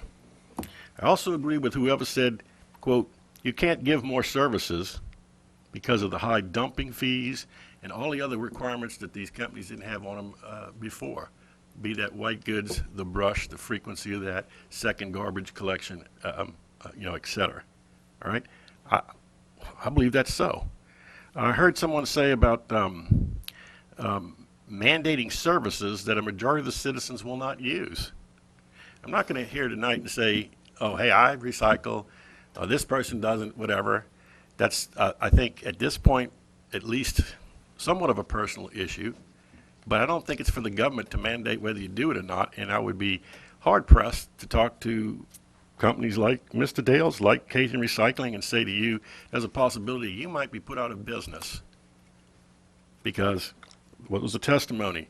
Right now, we can't even take this recycling material and sell it. And when it's sold, you can only get 30 cents. Now, I've looked at dozens of studies that will show you that recycling financially plainly doesn't work. That's unfortunate. We need to try to do something to, quote, save our planet, do better, et cetera. But until we can make it economically feasible, what are we going to do? cram the services down on everybody that may not even want it? Or what's my guarantee that this stuff is really going to be recycled and not wind up in a landfill anyway? Someone said something about the size of the government. Bigger government does not solve problems. I totally believe that. And that's a page right out of the Tea Party's playbook.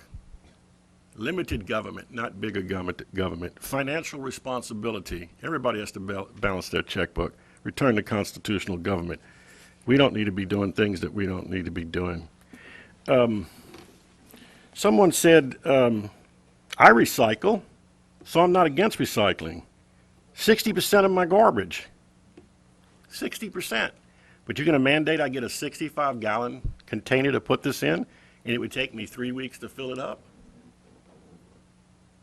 That's plumb crazy. That's not a smart thing. And we can massage and nurse all these other kind of things and decide we don't even need a franchise fee. It's migrated down from 7 to 3 to 1 or to $3 per household administration fee. But I, for one, feel like you can keep doing all those things, but the bigger issue you have to answer from the get-go is, do we need, as a parish, to be in the garbage business? I think we need to be in the sewage business, and I think we need to be into the roads business and schools and police enforcement and fire and all the things I said. But I'm not quite sure. In fact, I'm reasonably certain we should not be in the garbage business. And last but not least, I want to address this. It's very important to me because as a councilman, it's almost like the public. I've heard that we're not hiding anything, we're not doing anything in the dark, etc. I had a meeting with Mr. Moose Pierce this afternoon, and I don't think he'll mind me saying this. I thought it was a very productive meeting, and I think he felt the same way. Okay? But the problem is that meeting didn't occur till 1 o'clock. The chairman wanted to meet at 3:30. Neither of our schedules could accommodate that, so we didn't. But meeting at 1 o'clock or 3:30 on a Monday when we're going to have a meeting at 5:15 just ain't going to cut it. So as a councilman, I'm just getting this deleted copy where a whole lot of my concerns, yes, have been addressed. Public hasn't seen that. We've heard several people say it this afternoon. Again, I just think we need to do a little bit better on the transparency issue as far as that's concerned. With all that said, I don't know if there's going to be a motion made the other way, or we can start with a motion from myself.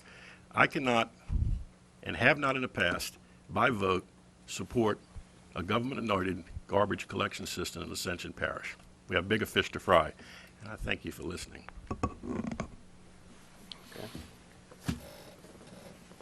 Mr. Chairman? Mr. Lambert? Yeah, first of all, I'd like to know, Mr. Pierce, you're going to give the strikes that we've striked out on this ordinance? Yeah, I can go over that. Or do you want to, Yes, sir, I can go over that. I know you've been having quite a few meetings, if you want to wait. But I also would like to do, what to do with this is, after we get this back out, let all the vendors, get a look at it. Whatever we need to bring back, let them bring it back. Just, before Allied Waste, BFI, Colonial Landfill, you say government, we don't need to be in the business. Guess what? You owned that landfill here years ago. We were in the garbage business. We were in the trash business. So, we're not here to put anyone out of business. We are here, bring your comments back. Let's try to work on a good document here that would provide the whole parish with decent recycling pickup. We're not here to put anyone out of business. So, Mr. Parish, you want to? Okay, when you alluded to the strikeouts, and I've talked to council members and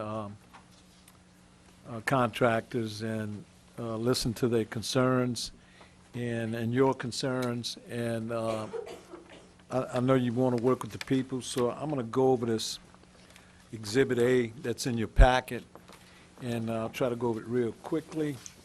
If you want to stop me on something, I can explain it further. Or if you want to, add or delete anything else, we can do that. The first page, I don't have any deletions. Second page, the handicap service are deleted. due to the eligibility, if you read the last sentence, it says the eligibility for this service will be determined by the contractor, and you mentioned many times that you want to mandate anything. So if you want to keep that in there, that's your call. Missed collections, as you see down the page, we deleted that. The next one, non-completion of a route, we deleted that. Third page, we didn't have anything. Fourth page, about midway, you see a little blue cart and, so we could, I suggested adding garbage and rubbish may be combined in the same cart and collection truck before it just had collection truck. The next paragraph, the type of collection, in a 96-gallon cart, and I changed small brush once per week to once per month at your call. This is all at your pleasure, whatever if you want to accept this. Later on, you see it again, 96-gallon cart, just because it mentions again once per week to once a month. Next page, page 5. They talked about hours of collection, 5 a.m. or to 8 p.m. If you see in the orange, color-coded, I put, it states mutual agreement, so the parish can, if there's a problem with somebody collecting too early or they need to collect after 8 o'clock, you can, agree to that. Like you said, you want to work with the contractors. The cart specifications, they had a lot of items on here. I tried to limit it to just a minimum standard. For instance, C 10-inch wheels so it can be pushed or pulled with little effort. One gentleman mentioned, the elderly. Then you see the 96-gallon cart.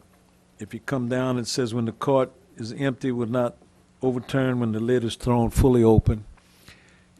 And the next one is the cart is designed to prevent being turned over by winds of up to 35 miles in any direction, which I heard that comment tonight, so we included that. The cart must be sealed to prevent leakage. So, moving on to page 6, identification. I kept the entire paragraph there, except at the end, at the option of the Public Works Director, and we won't get involved in that. We'll leave that up to the franchisee. The routes of collection, we deleted that entirely. Holidays, I didn't delete anything, but I got a comment that, the contractor should pick their own holidays. They might want to work every holiday. I haven't seen a contractor do work every holiday, but if that's their desire, we can add, they don't have to work any holidays. Or they can work the ones they prefer. On the complaints, number 10, we deleted that entirely. Down the page to number 6, we changed, I heard comments about an office. Why should we have the contractor have an office in the parish? And I thought it was good that maybe you could put communication, and the franchisee shall maintain a method instead of an office through which he can be contacted. Where is that, Mr. Pierce? That's on page 6, number 12 at the bottom. Oh, okay. The franchisee shall maintain a method through which he can be contacted. And then the second sentence, instead of it, he shall provide a sufficient local toll-free telephone, and then the rest of the sentences there. From 8 to 5 on have somebody responsible. Page 7, You see 16, we eliminated the equipment maintenance because that was, from what I heard, mandated. We eliminated equipment condition and appearance. Someone said we're trying to, or it's being, we're trying to make a contractor paint his vehicles and, so we eliminated that. The equipment list, I hadn't taken that out on 19, but we can take that out at your pleasure. I had a comment that if they registered and licensed in the state of Louisiana, we don't have to worry about the identification and the number type and stuff. Number 21, dead animals, we took that out. Number 22, which I hadn't put anything in there, but it says white goods, the franchisees shall be required to collect white goods. And I will change that at your discretion to say the franchisee, his subcontractor or his designee shall be required to collect white goods. And that's just like, well, it's self-explanatory. You're subcontracting. If you don't do white goods, you can subcontract it out if you're contracting in Ascension Parish. On the next page, page 8, we deleted annexation of service. That's letter G, E. Letter G, we deleted annual review and amendment. Moving down the line, on payment, the last sentence, it starts with the Ascension Parish Finance Department or its designee may conduct the audit and deficiencies in payment of the franchise fee. We could keep that because I think there was a question that why did the franchisee have to pay the for the audit? And if they had deficiencies and we audited them, they should pay. Yeah. Possibly. But if not, no deficiencies, then we pay. Or we can change it to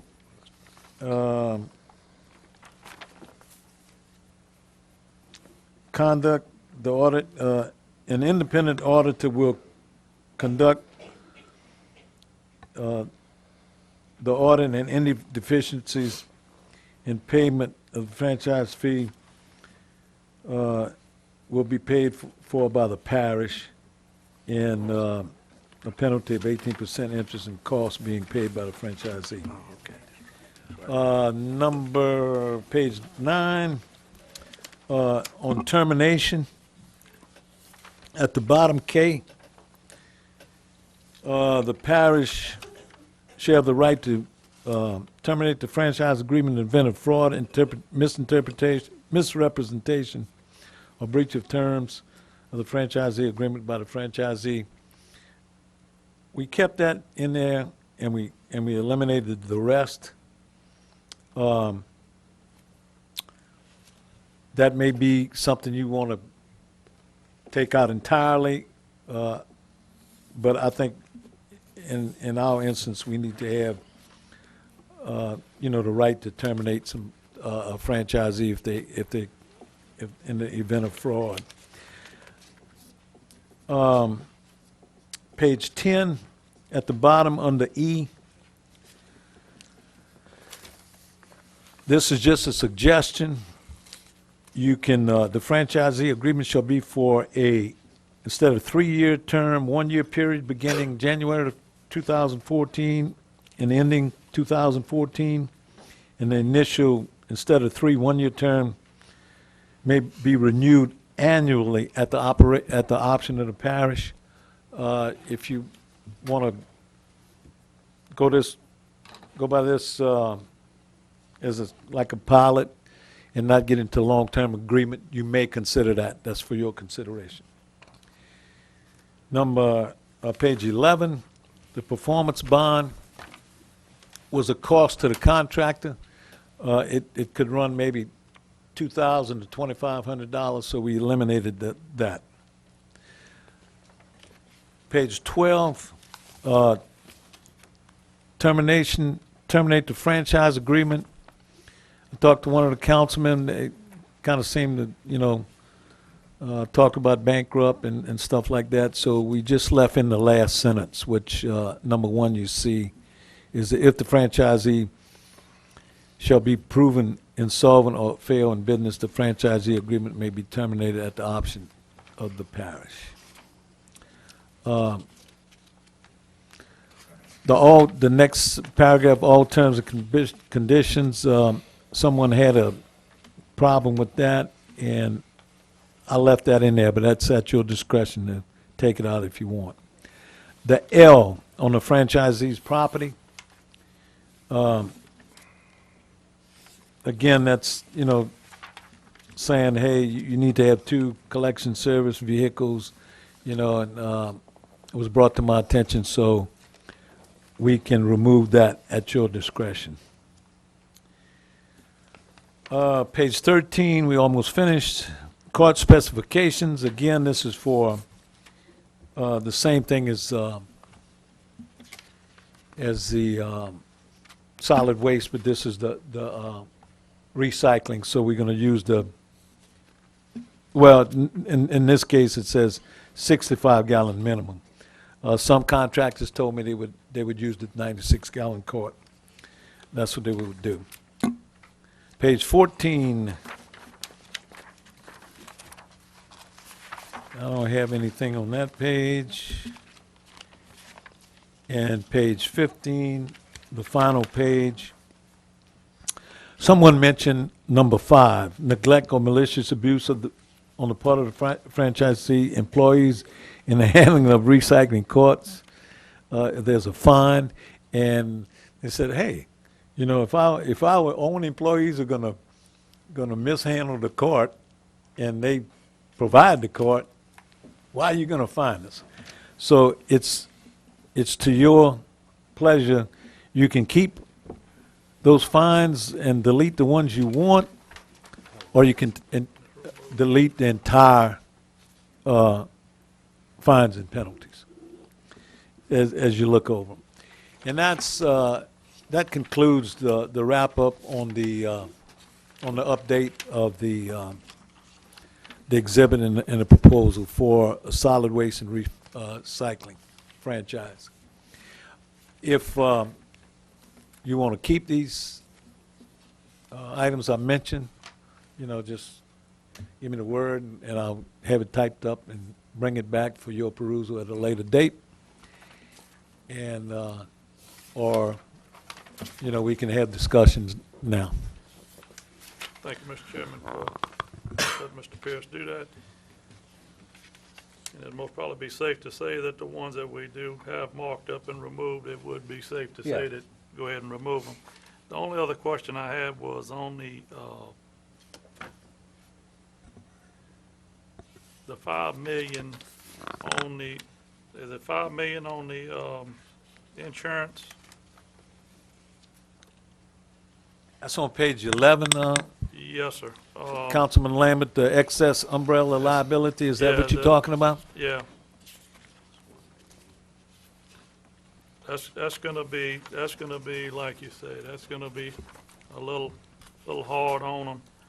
Where did you get these numbers, or did you get a comparison from another company? Yeah, or- that's more or less standard in the industry, but you can change that like you want.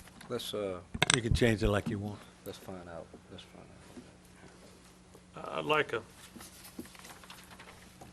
a little more discussion on that, or see if we could bring that down. Okay.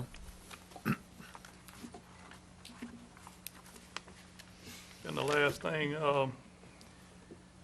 if at all possible, would, the non-exclusive and the exclusive, if we could get some type of price back from the company, that would be helpful also. Thank you, Mr. Chairman. Yes. Yes, hopefully we can get to the point where we can get true prices so we can let people know. Ms. Cazzo?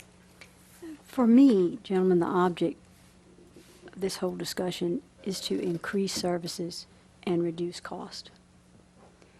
And certainly, after what has been months of research, I've concluded that there's the only way to provide more services at a cheaper cost is with the economy of scale that comes from a set of criterion and a public bid.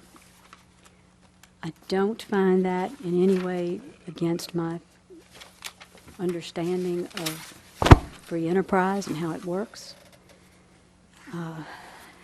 But I'm not committed and do not want to commit to anything until I understand the numbers.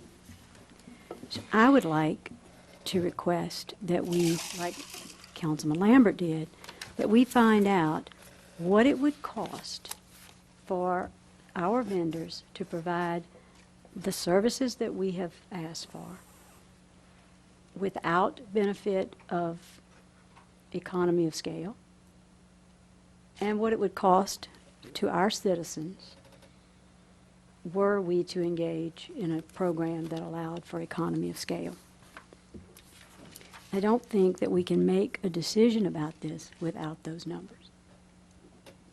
Not one that is fair to our constituents or to the vendors. So I'm going to entertain a motion that may fall for a lack of second, that Mr. Pierce seek actual dollar amounts for the provision of services, both exclusive and non-exclusive, based on the formulas or the criterion that we ultimately determine in this committee. And I want to speak to my constituents to say that I think there's some misunderstanding sometime about what the purpose of a committee is. The object of these committees is not to come to them with a set of determined issues, but to have a discussion, an intelligent one amongst ourselves, with feedback and input from the administration and the public. And I take great pleasure in hearing the remarks of both the public and the administration with regard to these matters. But I sincerely believe that all of the documents that are presented here in the committee, at the committee level, are working documents. So I've made my motion, and I would like to solicit a second. I'll second it. All right, we have a motion and a second to solicit cost, and I will ask that we request that you add on that we will, yes, sir, Mr. President, before we. I'm not sure that we can go and ask these people how much it's going to cost if you're planning on bidding it out, because then they're giving up their. There's two things that's happening. The non-exclusive I don't think you can method that we have is going to be public cost. Anyway, that's going to be individual cost. We just want to get a comparison of what you're going to. Well, you can read the paper and basically see that you can call around and see what exclusive is, and you know what we're paying here. So. And then the other thing would be to put out the requirement, whether it would be RFPs or RFQs. I know these other parishes have put out. If you can put a request for proposals out. Right. You can do that. But just to go and ask them, I don't think they're going to give it. And I don't know if that's what you meant. Absolutely. I thank you, Kent, for qualifying that. Yeah, I think it certainly needs to be done in the form of request for proposal. In fact, it was my understanding months ago that that is what we were doing. Well, that was our understanding also, but along the way, we haven't gotten a clear, concise decision from the council. So we've been doing a lot of work. It takes a lot of time, and we need we're kind of listening, but we need a direction. Yeah, think we can- and to try to clarify that, when we were going to put out for comparative, for cost, the first thing that was asked by all the councilmen is, what are we going to require? And so therefore, Mr. Pierce had to go out and give a document that was going to be accepted by all the councilmen about what exactly were people going to be doing, what were the vendors required of them. And so that's where the process has been. And so we've just gotten to the point now where I feel we're very close to getting to the point of what are we requiring so that we can get apples to apples on costs. And I'm going to ask you, do you want to go for RFP? Is that what you? That is my preference, yes. I would like to see us, and that was my understanding of what was to be done back months ago. It's time to fish or cut bait. Okay. And my only request is that we allow all of the council members input into to make sure the final document is known before we put out for request for proposals, so that we get the corrected document out to everyone, and then also with the understanding that they know, that we can go from there. You're going to give us a timeline when you're ready?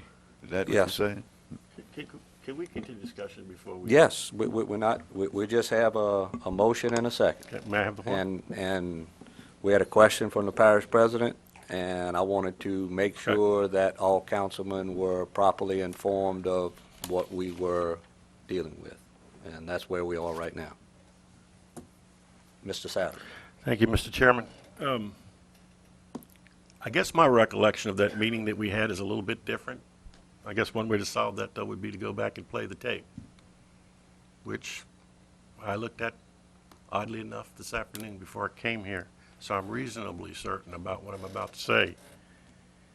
When the motion was made to empower the administration of this parish to develop an RFP, I asked, and you'll see that in the record, is this motion for an exclusive or a non-exclusive government franchise system?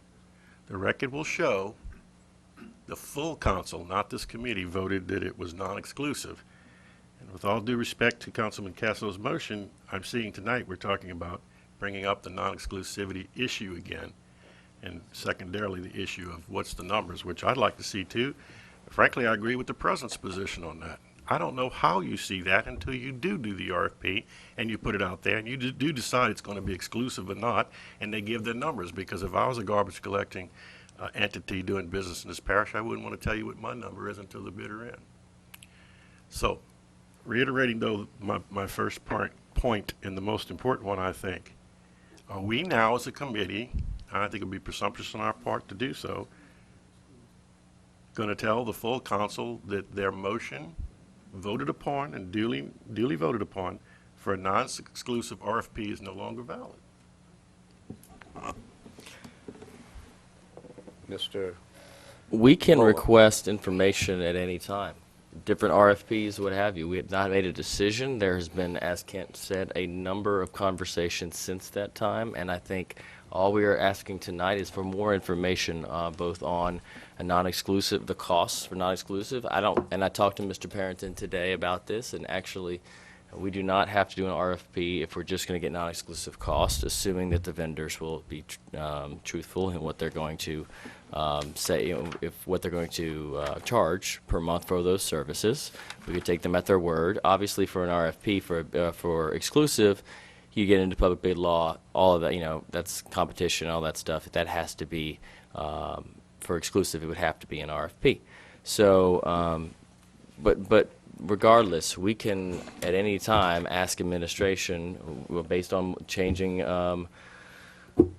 conversations and things that people are comfortable with, we can ask for information. That's all we're trying to do, is get our hands on the data so we can make an informed decision. So whether or not we do anything with the exclusive or not, I think it's useful to have, just to see what the trade-off would be.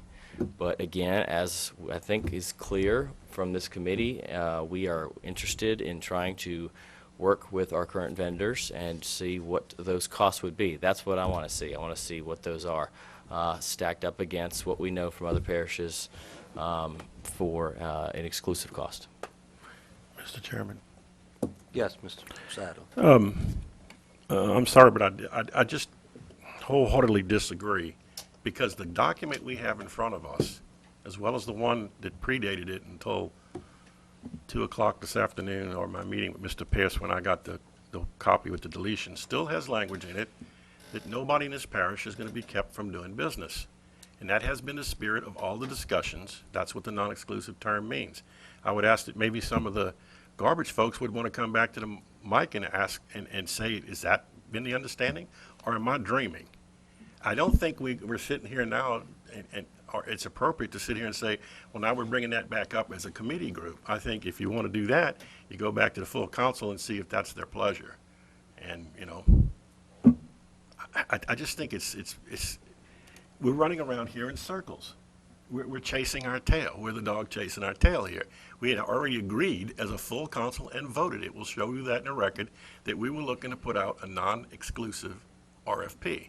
Now we're saying maybe exclusive, may not be exclusive, want to see numbers, da-da-da-da-da-da. That's all fine and well and good, but it's not in keeping with the spirit of what we had and an actual vote. And the current document will show there's language in here. I can't find it right off the spot. I've had a few minutes to sit here and study it. We can go in recess, and I'll come back in here and I'll read you the sentence that says, we're not trying to put anybody in this parish out of business. And it would be non-exclusive. Ms. Kaiser. I recall supporting a non-exclusive contract, but over the months that we have discussed this and read articles about other parishes and what they are able to provide for their citizens and the cost that they are able to provide it at, I have regretted at this point not knowing what the dollars would be. And I'm simply asking that we be better informed as we make these kind of decisions so that we can not only be educated ourselves, but have the public be educated to what we are deciding for them. If we are going to decide for them that they must pay $35 or $40 a month when we could be deciding for them that they can pay $15 or $19 a month, then I think that one day they will not be pleased. And so I am hoping to please my constituents by giving them an opportunity to know what we are really choosing for them. And I don't feel at this point like I understand and know what we are choosing for them. It is possible that we are doing the wrong thing here. And quite frankly, I think we've got this thing watered down to the point where it means absolutely nothing. It does not provide more service at a cheaper cost, which was our initial desire. Thank you. Any further discussion? One more comment. Yes, sir. Mr. Chairman, I would like to also remind everyone, and in fact, I think that was something you and I discussed at that former meeting. I was making comments then, so I'm going to make them again tonight, that because of what Ms. Castle's talking about, economy of scale, the vendors would require to have the vast majority, if not all, the business, all meaning then exclusivity. And when we said, okay, it won't be, it'll be non-exclusive, I said, well, there goes the economy of scale, but you don't have the monopoly, and you're not putting anybody out of business, okay? I mean, surely some folks remember that discussion. How can we have economy of scale, because I think Councilman Castle's comments are important here, without an exclusive government franchise system? It has to be, if we said non-exclusive, the economy of scale goes away, and everybody still gets to do business in the parish, provided we anoint them and say yes, and they collect the 1% fee and do everything else that's in this document. You know, I said it then, and I'll say it now. I don't think we can have it both ways. Now, if we're going to go back and examine that, that's fine too. But I want to be sure that everyone understands, everybody watching out there, are in this audience tonight. I made the argument then, I'll make it again, about monopoly versus not. And I was told, oh, no, Doc, it's not a monopoly. It's not a monopoly. It's because we're going to say, so I said, okay, well, before we vote in this motion, because I voted against it, but then I voted to go with the RFP, because everybody wanted to do something and to get to a point where we are looking at something. And I agree with Ms. Castle, by the way, it's so watered down, what's the use?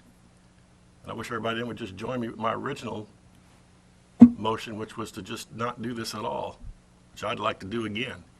I don't think that's going to happen, but I don't like the fact that we're sitting here and saying now we're going to go back and do an exclusive contract. I don't think it's fair to the business owners in this parish that have served us well for years and years and years to make them compete heads up, and one guy wins and the rest of the people lose. And excuse me for saying this, Mr. Sadler, I appreciate your comments. No one's here saying that we are going to do an exclusive contract. We are saying that we would like to get the amount of money that it's going to cost to do exclusive contract compared to non-exclusive, and give that out to the people in this parish. And I think that's very simple, and I think people understand that. A lot of work has been done to come to this point. So, with that, we do have a motion. We're going to continue to follow along with the council's wishes to get proposals for non-exclusive franchise.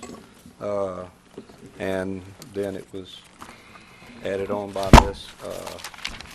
Caso as a proposal to add the exclusive. Excuse me.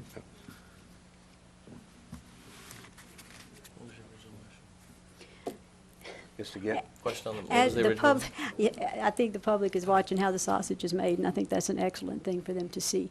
It is not easy to do this work and to do the right thing. And so I am asking for an opportunity to be better educated about the numbers, hard numbers. What will it cost for us, were we to continue as was voted upon by the council, to have a non-exclusive contract or non-exclusive franchisee, as opposed to what it would cost. And if we have to collect data from every parish or county in this country, I think we need to know what the average cost of an exclusive contract is for our citizens. They deserve to know what we are passing on to them. They deserve to know if we are passing $35 or $40 on to them as opposed to 19 or 20. And then they can let us know what they prefer, to pay 45 or to pay 19. I have not made a decision in my mind, and I assure you at this point how I would vote. I look forward to hearing from constituents who can tell me that they would rather pay $35 for this service or $19 for this service. But I don't know yet what that number is.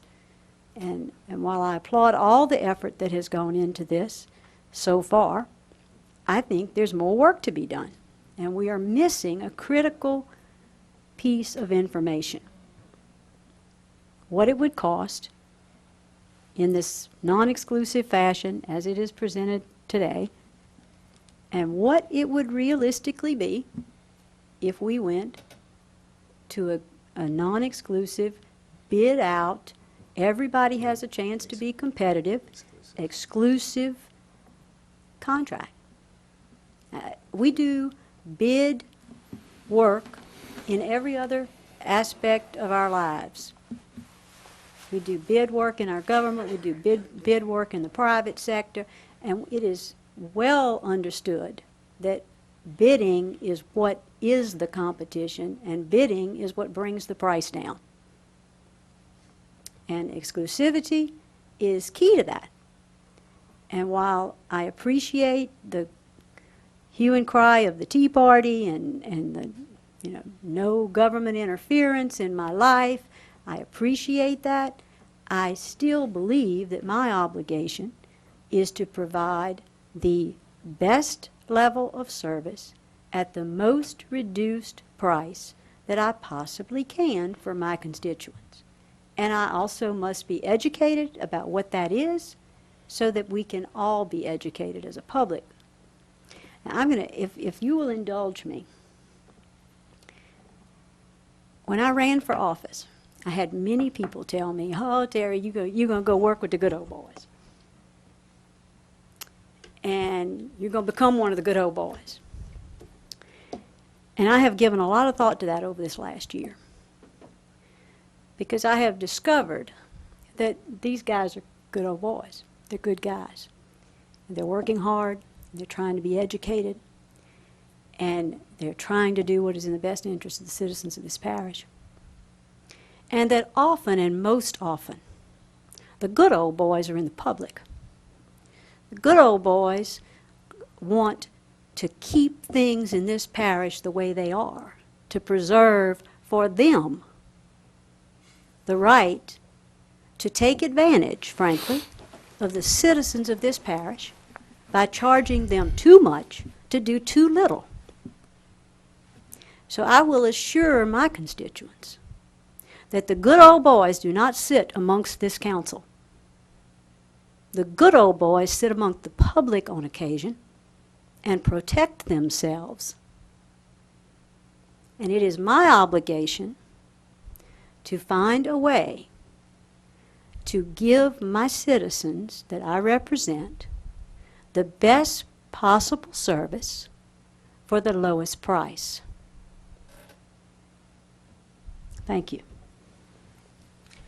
Okay, I think we'll end discussion on that. We have a motion and a second. Okay, Mr. Chairman, can you restate the motion? What we The voted? motion was to take the document we have here after we, and I will give a time frame for Monday of next week, that enough time where Mr. Pierce can give the corrected version out to all the councilmen where it can be reviewed. Any discussions will be made and will be done by then, to where every councilman knows. And then you will take that document, and the motion is to continue to get prices for non-exclusive, just like we had said in the meeting, and then put out proposals for exclusive to get a cost comparison. If I may ask a question. Yes, sir. You want, what I read today on this document, you want me to just revise it and give it to you for to look at before we go out for proposals? Yes. Okay. And Okay. make sure all the councilmen know what's, And that document will now have new language about it could be exclusive and not just non-exclusive. well, it would be two documents, because you would have to So there have would be one two for separate exclusive. documents, Mr. Pierce. Yes. We possibly could do it in one, but I'll check with legal on that. I wouldn't recommend it. All right. Any further discussion? Yes. Yes. One more, Ms. Last one. My only thoughts in going through this is, if we put out the same group of specs in the RFP that we've been talking about for the non-exclusive as the exclusive, it's not going to be the same economies of scale, right? Because things that are normally found in an exclusive RFP are around mandatory garbage and the billing and all of that. So I think we have enough. We have, our specs have been met from the other parishes around us that have the specs for an exclusive contract. And I think what I would like to see for the data to compare is the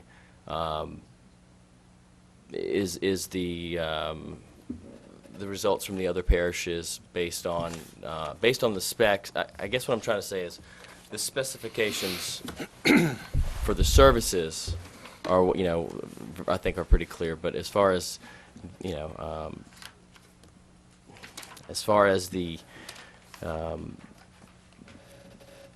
the definitions and things in here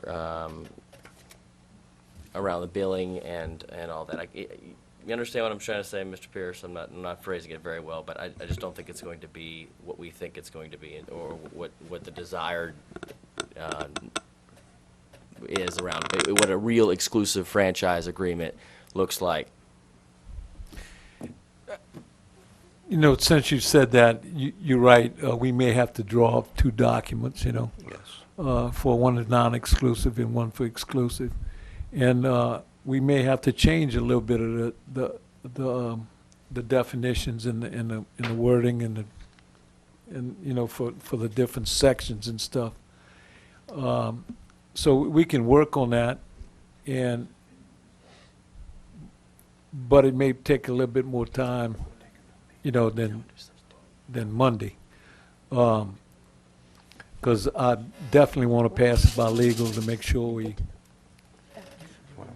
we doing the right thing.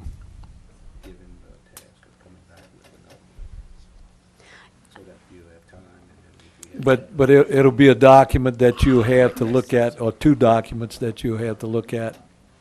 And if there's any questions, maybe we can have a short meeting, you know, to discuss the different sections if you have any problems with it. But I'll try to do it, you know. Let me make a substitute motion then. What I want to see is the non-exclusive costs based on this, these specs that we've all been hashing through and getting to a level of service maybe, and what that would be an extra month, and hopefully working with our vendors. So I think that's agreement on. So my motion will contain that, working with the vendors for proposal for the cost for that, and also working with for the exclusive piece of it, having the data from other parishes, what their specifications were, how, and coming back to us with recommendations on the exclusive piece for if we were to do that, putting that out for RFP. I'll second that, Mr. Chairman. Mr. Chairman. So you want the exclusive, non-exclusive first to look at, Hang on. and then come back with an exclusive contract. Yes. Mr. Chairman. Yes, sir, Mr. Sauer. Point of order. The original motion made by Ms. Casso, unless I have a different recollection again, was seconded by Mr. Lohr? Yes. And so now he's making, asking to make a substitute for a motion. Did he second? Might I suggest that maybe Ms. Casso would want to withdraw her motion? We can get a second to that and start from scratch? Because I have no idea what this council, this committee is doing right now. And I think it's equally confusing Mr. Pierce, but I don't want to put words in his mouth. I appreciate that. I'll be happy to withdraw my first motion. Mm-hmm. I think I hear, Okay, no, someone state a new motion. I hear good thing, you know, I hear good Okay, things my coming motion from again what we've is worked to- through. I appreciate it very much. My motion is to get, based on these specifications, for administration to get the cost from the vendors on them meeting the non-exclusive specs for this set of specs. And for, to come back with us with additional data from other parishes that have gone exclusive, and what those numbers are, and what it may mean if we forecast based on our population, et cetera. Okay. We have a motion by Mr. Lohr, second by Mr. Lambert. And no further discussion. Can you read that Anybody? motion? Can you read the motion again? Yes.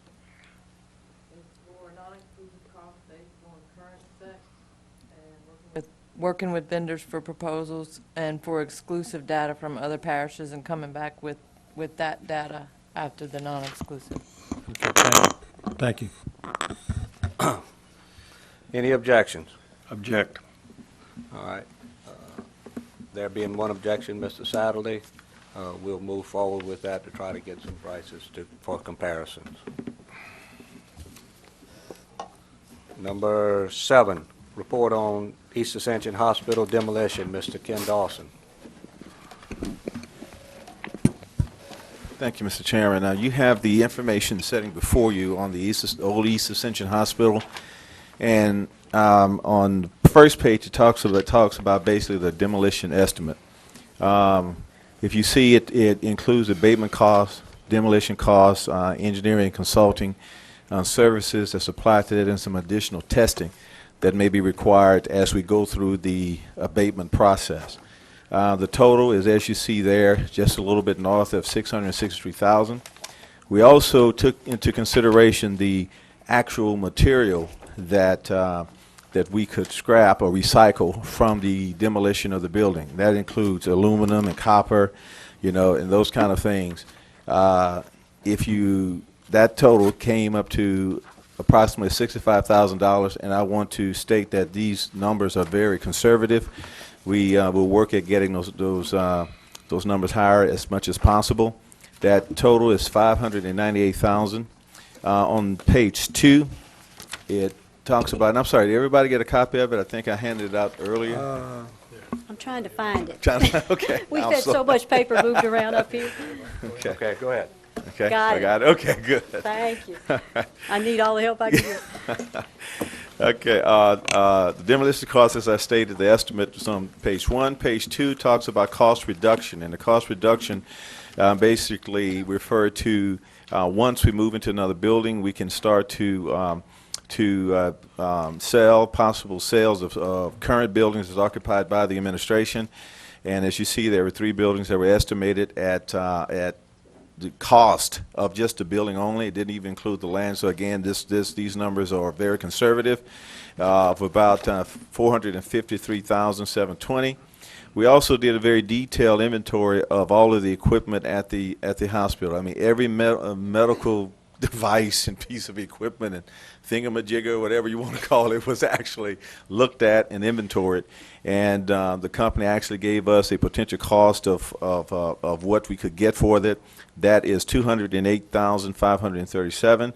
And then we are actually leasing the building to the DA at a cost that will bring to the parish $78,000 annually. And as you see, over a 30-year period, which could be considered as the life of a building, $2.3 million back to the parish. The recap on the 3rd page basically indicates this. In a current construction account, this is about $5 million.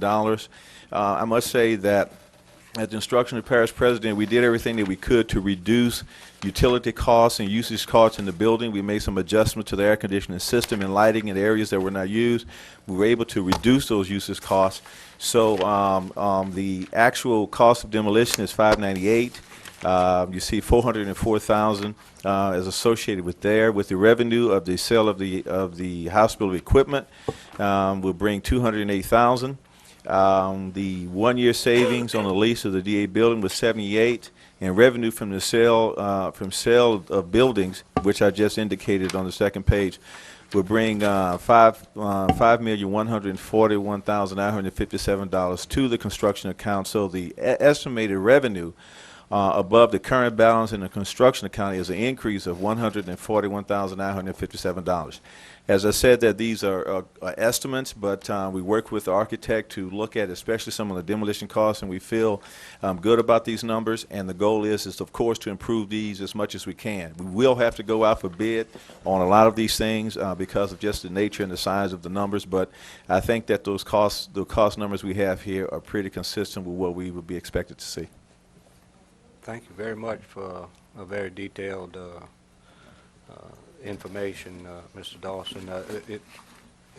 It doesn't cover anything on utilities or anything. No, and that's another thing. Utility costs that we could look at possible savings were not even included on this, because of course the increased efficiency of the building a new building would bring as compared to the old. I mean, you expect to be some savings there as well. Okay, so this is very, very, very conservative. Very conservative. Okay. Thank you. What may I ask? What are we asking for? We just report here and. Well, we waited. We told you we'd be coming back to you in January, February, and about the possibility of using the hospital for movies and things like that. That has not materialized, even though we had several people that were said they were interested. It just didn't pan out. Basically, what we're asking is to, we got the contract still with the healthcare. We've upped that $35,000 a month to cover all expenses. Since we obtained the hospital, we put the $5 million in a building fund, and we still retain that entire amount. Plus, we still have some of the $99,000, I think, that was with it. So we've been able to maintain that the people that's been staying there has actually been paying the cost of operating the hospital. So what we're saying is that probably at the end of April, we'd like the council to move forward with the demolition of the building. Okay, you want that as a recommendation from this? I don't know if we need it. I mean, I think the council, we just want to let you know, but Okay. Maybe it'd be better to go ahead and put in the motion since we're demolishing the property. So, I'll make that motion. We have a motion by Ms. Cazzo to follow through on this report to move forward with the demolition of the hospital property. and if you recall, I think the cost to build a new building was $7 million, and the cost to renovate the old building was $7 million. So, Right. we're going to try with if we move forward with building the building there, we're going to try to stay within the $5 million budget and do what we can with that and go from there. We also, on the district attorney's office, we saved $70,000 a year on rent that we're paying out now. That's a tremendous amount that we could save. That's a tremendous amount that we can save Plus- on one. And next year, they wanted an increase for that building, and there's some other buildings too that, once we consolidate everything, that we can put up for sale, do what you want to do with them. But we'll have some surplus properties at that point. Okay. Thank you for the good information. Mr. President, Mr. Chairman. Yes, Mrs. Lambert. After the demo, what are we looking like for actually build out on the building? How long? I don't know, Mr. Bujo's here. He can probably answer that question. From an architectural standpoint. Good evening, Council. I can give you an estimate. When we looked at the design and the square footage on the building, I think we talked about a 4 to 6 month design period. Then we'd have to put it out for advertising for bids. Contracting and bids would take another 2 months or so, 2 to 3 months. Construction about a 9 to 12 months at minimum. So starting back from the demo, if we get started soon with design, construction time, I think we were looking at demolition time 2 to 3 months to get that demolished completely.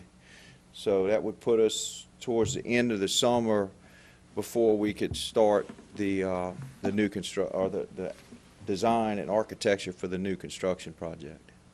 We're looking realistically around 2 years. 2014. End of 2014. Yes, sir. Okay. Not the end, probably the middle. Oh, okay. Year and a half, okay. All right. Any other questions? Yes, Ms. Gazzo. I just want to make one comment. I would like to ask that we, certainly as the parish moves forward with the design of this building, I have heard the parish president say we're not going to build a Taj Mahal to parish government, and so I know that we are not. But I would ask that we build a building that will be serviceable for 30, 40 years. Yes. That we build a Please. building that will give our ability to recruit good personnel a place to work that is positive.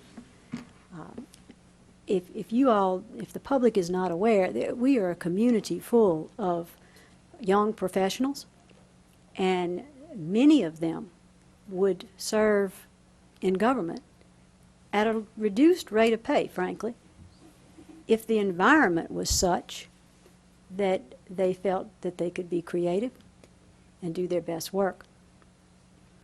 And but what happens is our best and brightest choose to leave government because they can work in beautiful, productive atmospheres that encourage their creativity. So while I am certainly begging you not to build a Taj Mahal, I am also asking you to please build a building in which we can recruit young, qualified people, or middle-aged qualified people, or even some older qualified people who would want to work in government for the benefit of its citizens in an environment that is conducive to creativity. Thank you. Okay. We have a motion and second to move forward with this as an endorsement. And any other comments? Any opposition? With that, Mr. President, we endorse your report there. Nuisance property on Bell Grove subdivision. Mr. Satterley? Yeah, thank you, Mr. Chairman. This is a phone call and email complaint I received just in the last week, and I appreciate the chairman's willingness to put this on the agenda so quickly. The complainant lives on Plantation Court. For those geographically not familiar, that's the Bell Grove subdivision, which comes off streetwise as a 90-degree off of Old Perkins Road and heads north towards Bayou Manchac. At the end of that street in Bayou Manchac, keeping names and addresses and everything out of it, exists a home that the complainant says right next door is a person who is sort of like a hoarder. Person apparently still lives there. I've heard everything from it. House property went up for sale or was scheduled for public outcry at the sheriff's auction. Didn't happen. Nonetheless, he claims he has complained 4 or 5 times using the Ascension Parish forms that we fill out on the internet for nuisance properties and hasn't had any remedy. My investigation showed very clearly that the parish is aware of it. First spoke to legal, who sent me to Mr. Throckmorton in the building inspection unit, who sent me to our planning director, Mr. Compton, who all of which said they're aware of it, and said the problem lies in the fact that our adjudication court currently has a vacant position for the enforcement officer. And without that, we have no teeth, and we can't solve this and other problems apparently that are going on in the parish besides the complaint that's in my district. Again, I asked Mr. Scheck-Snyder. He graciously put it on here. So if that's a simple fix and we just have to have a recommendation or what, but I surely would like to help this guy because he's been trying for a while now to sell his property, and he claims that every time someone comes out to look at it and he might have a potential purchase agreement, they look at the house next door and say, what's going on? And I can tell you I visited this property and it's a mess. I put that in the email that is in your packet so you all can see that. The garage doors are all catawampus. There's a lot of junk and trash spilling out into the driveways. It looks like they haven't cut the lawn, or the front flower beds haven't been maintained for months and months and months. The house itself is starting to get into a condition of disrepair. This is a nice subdivision, and the person, again, wants to sell their property but can't get a bite because right next door is this monstrosity.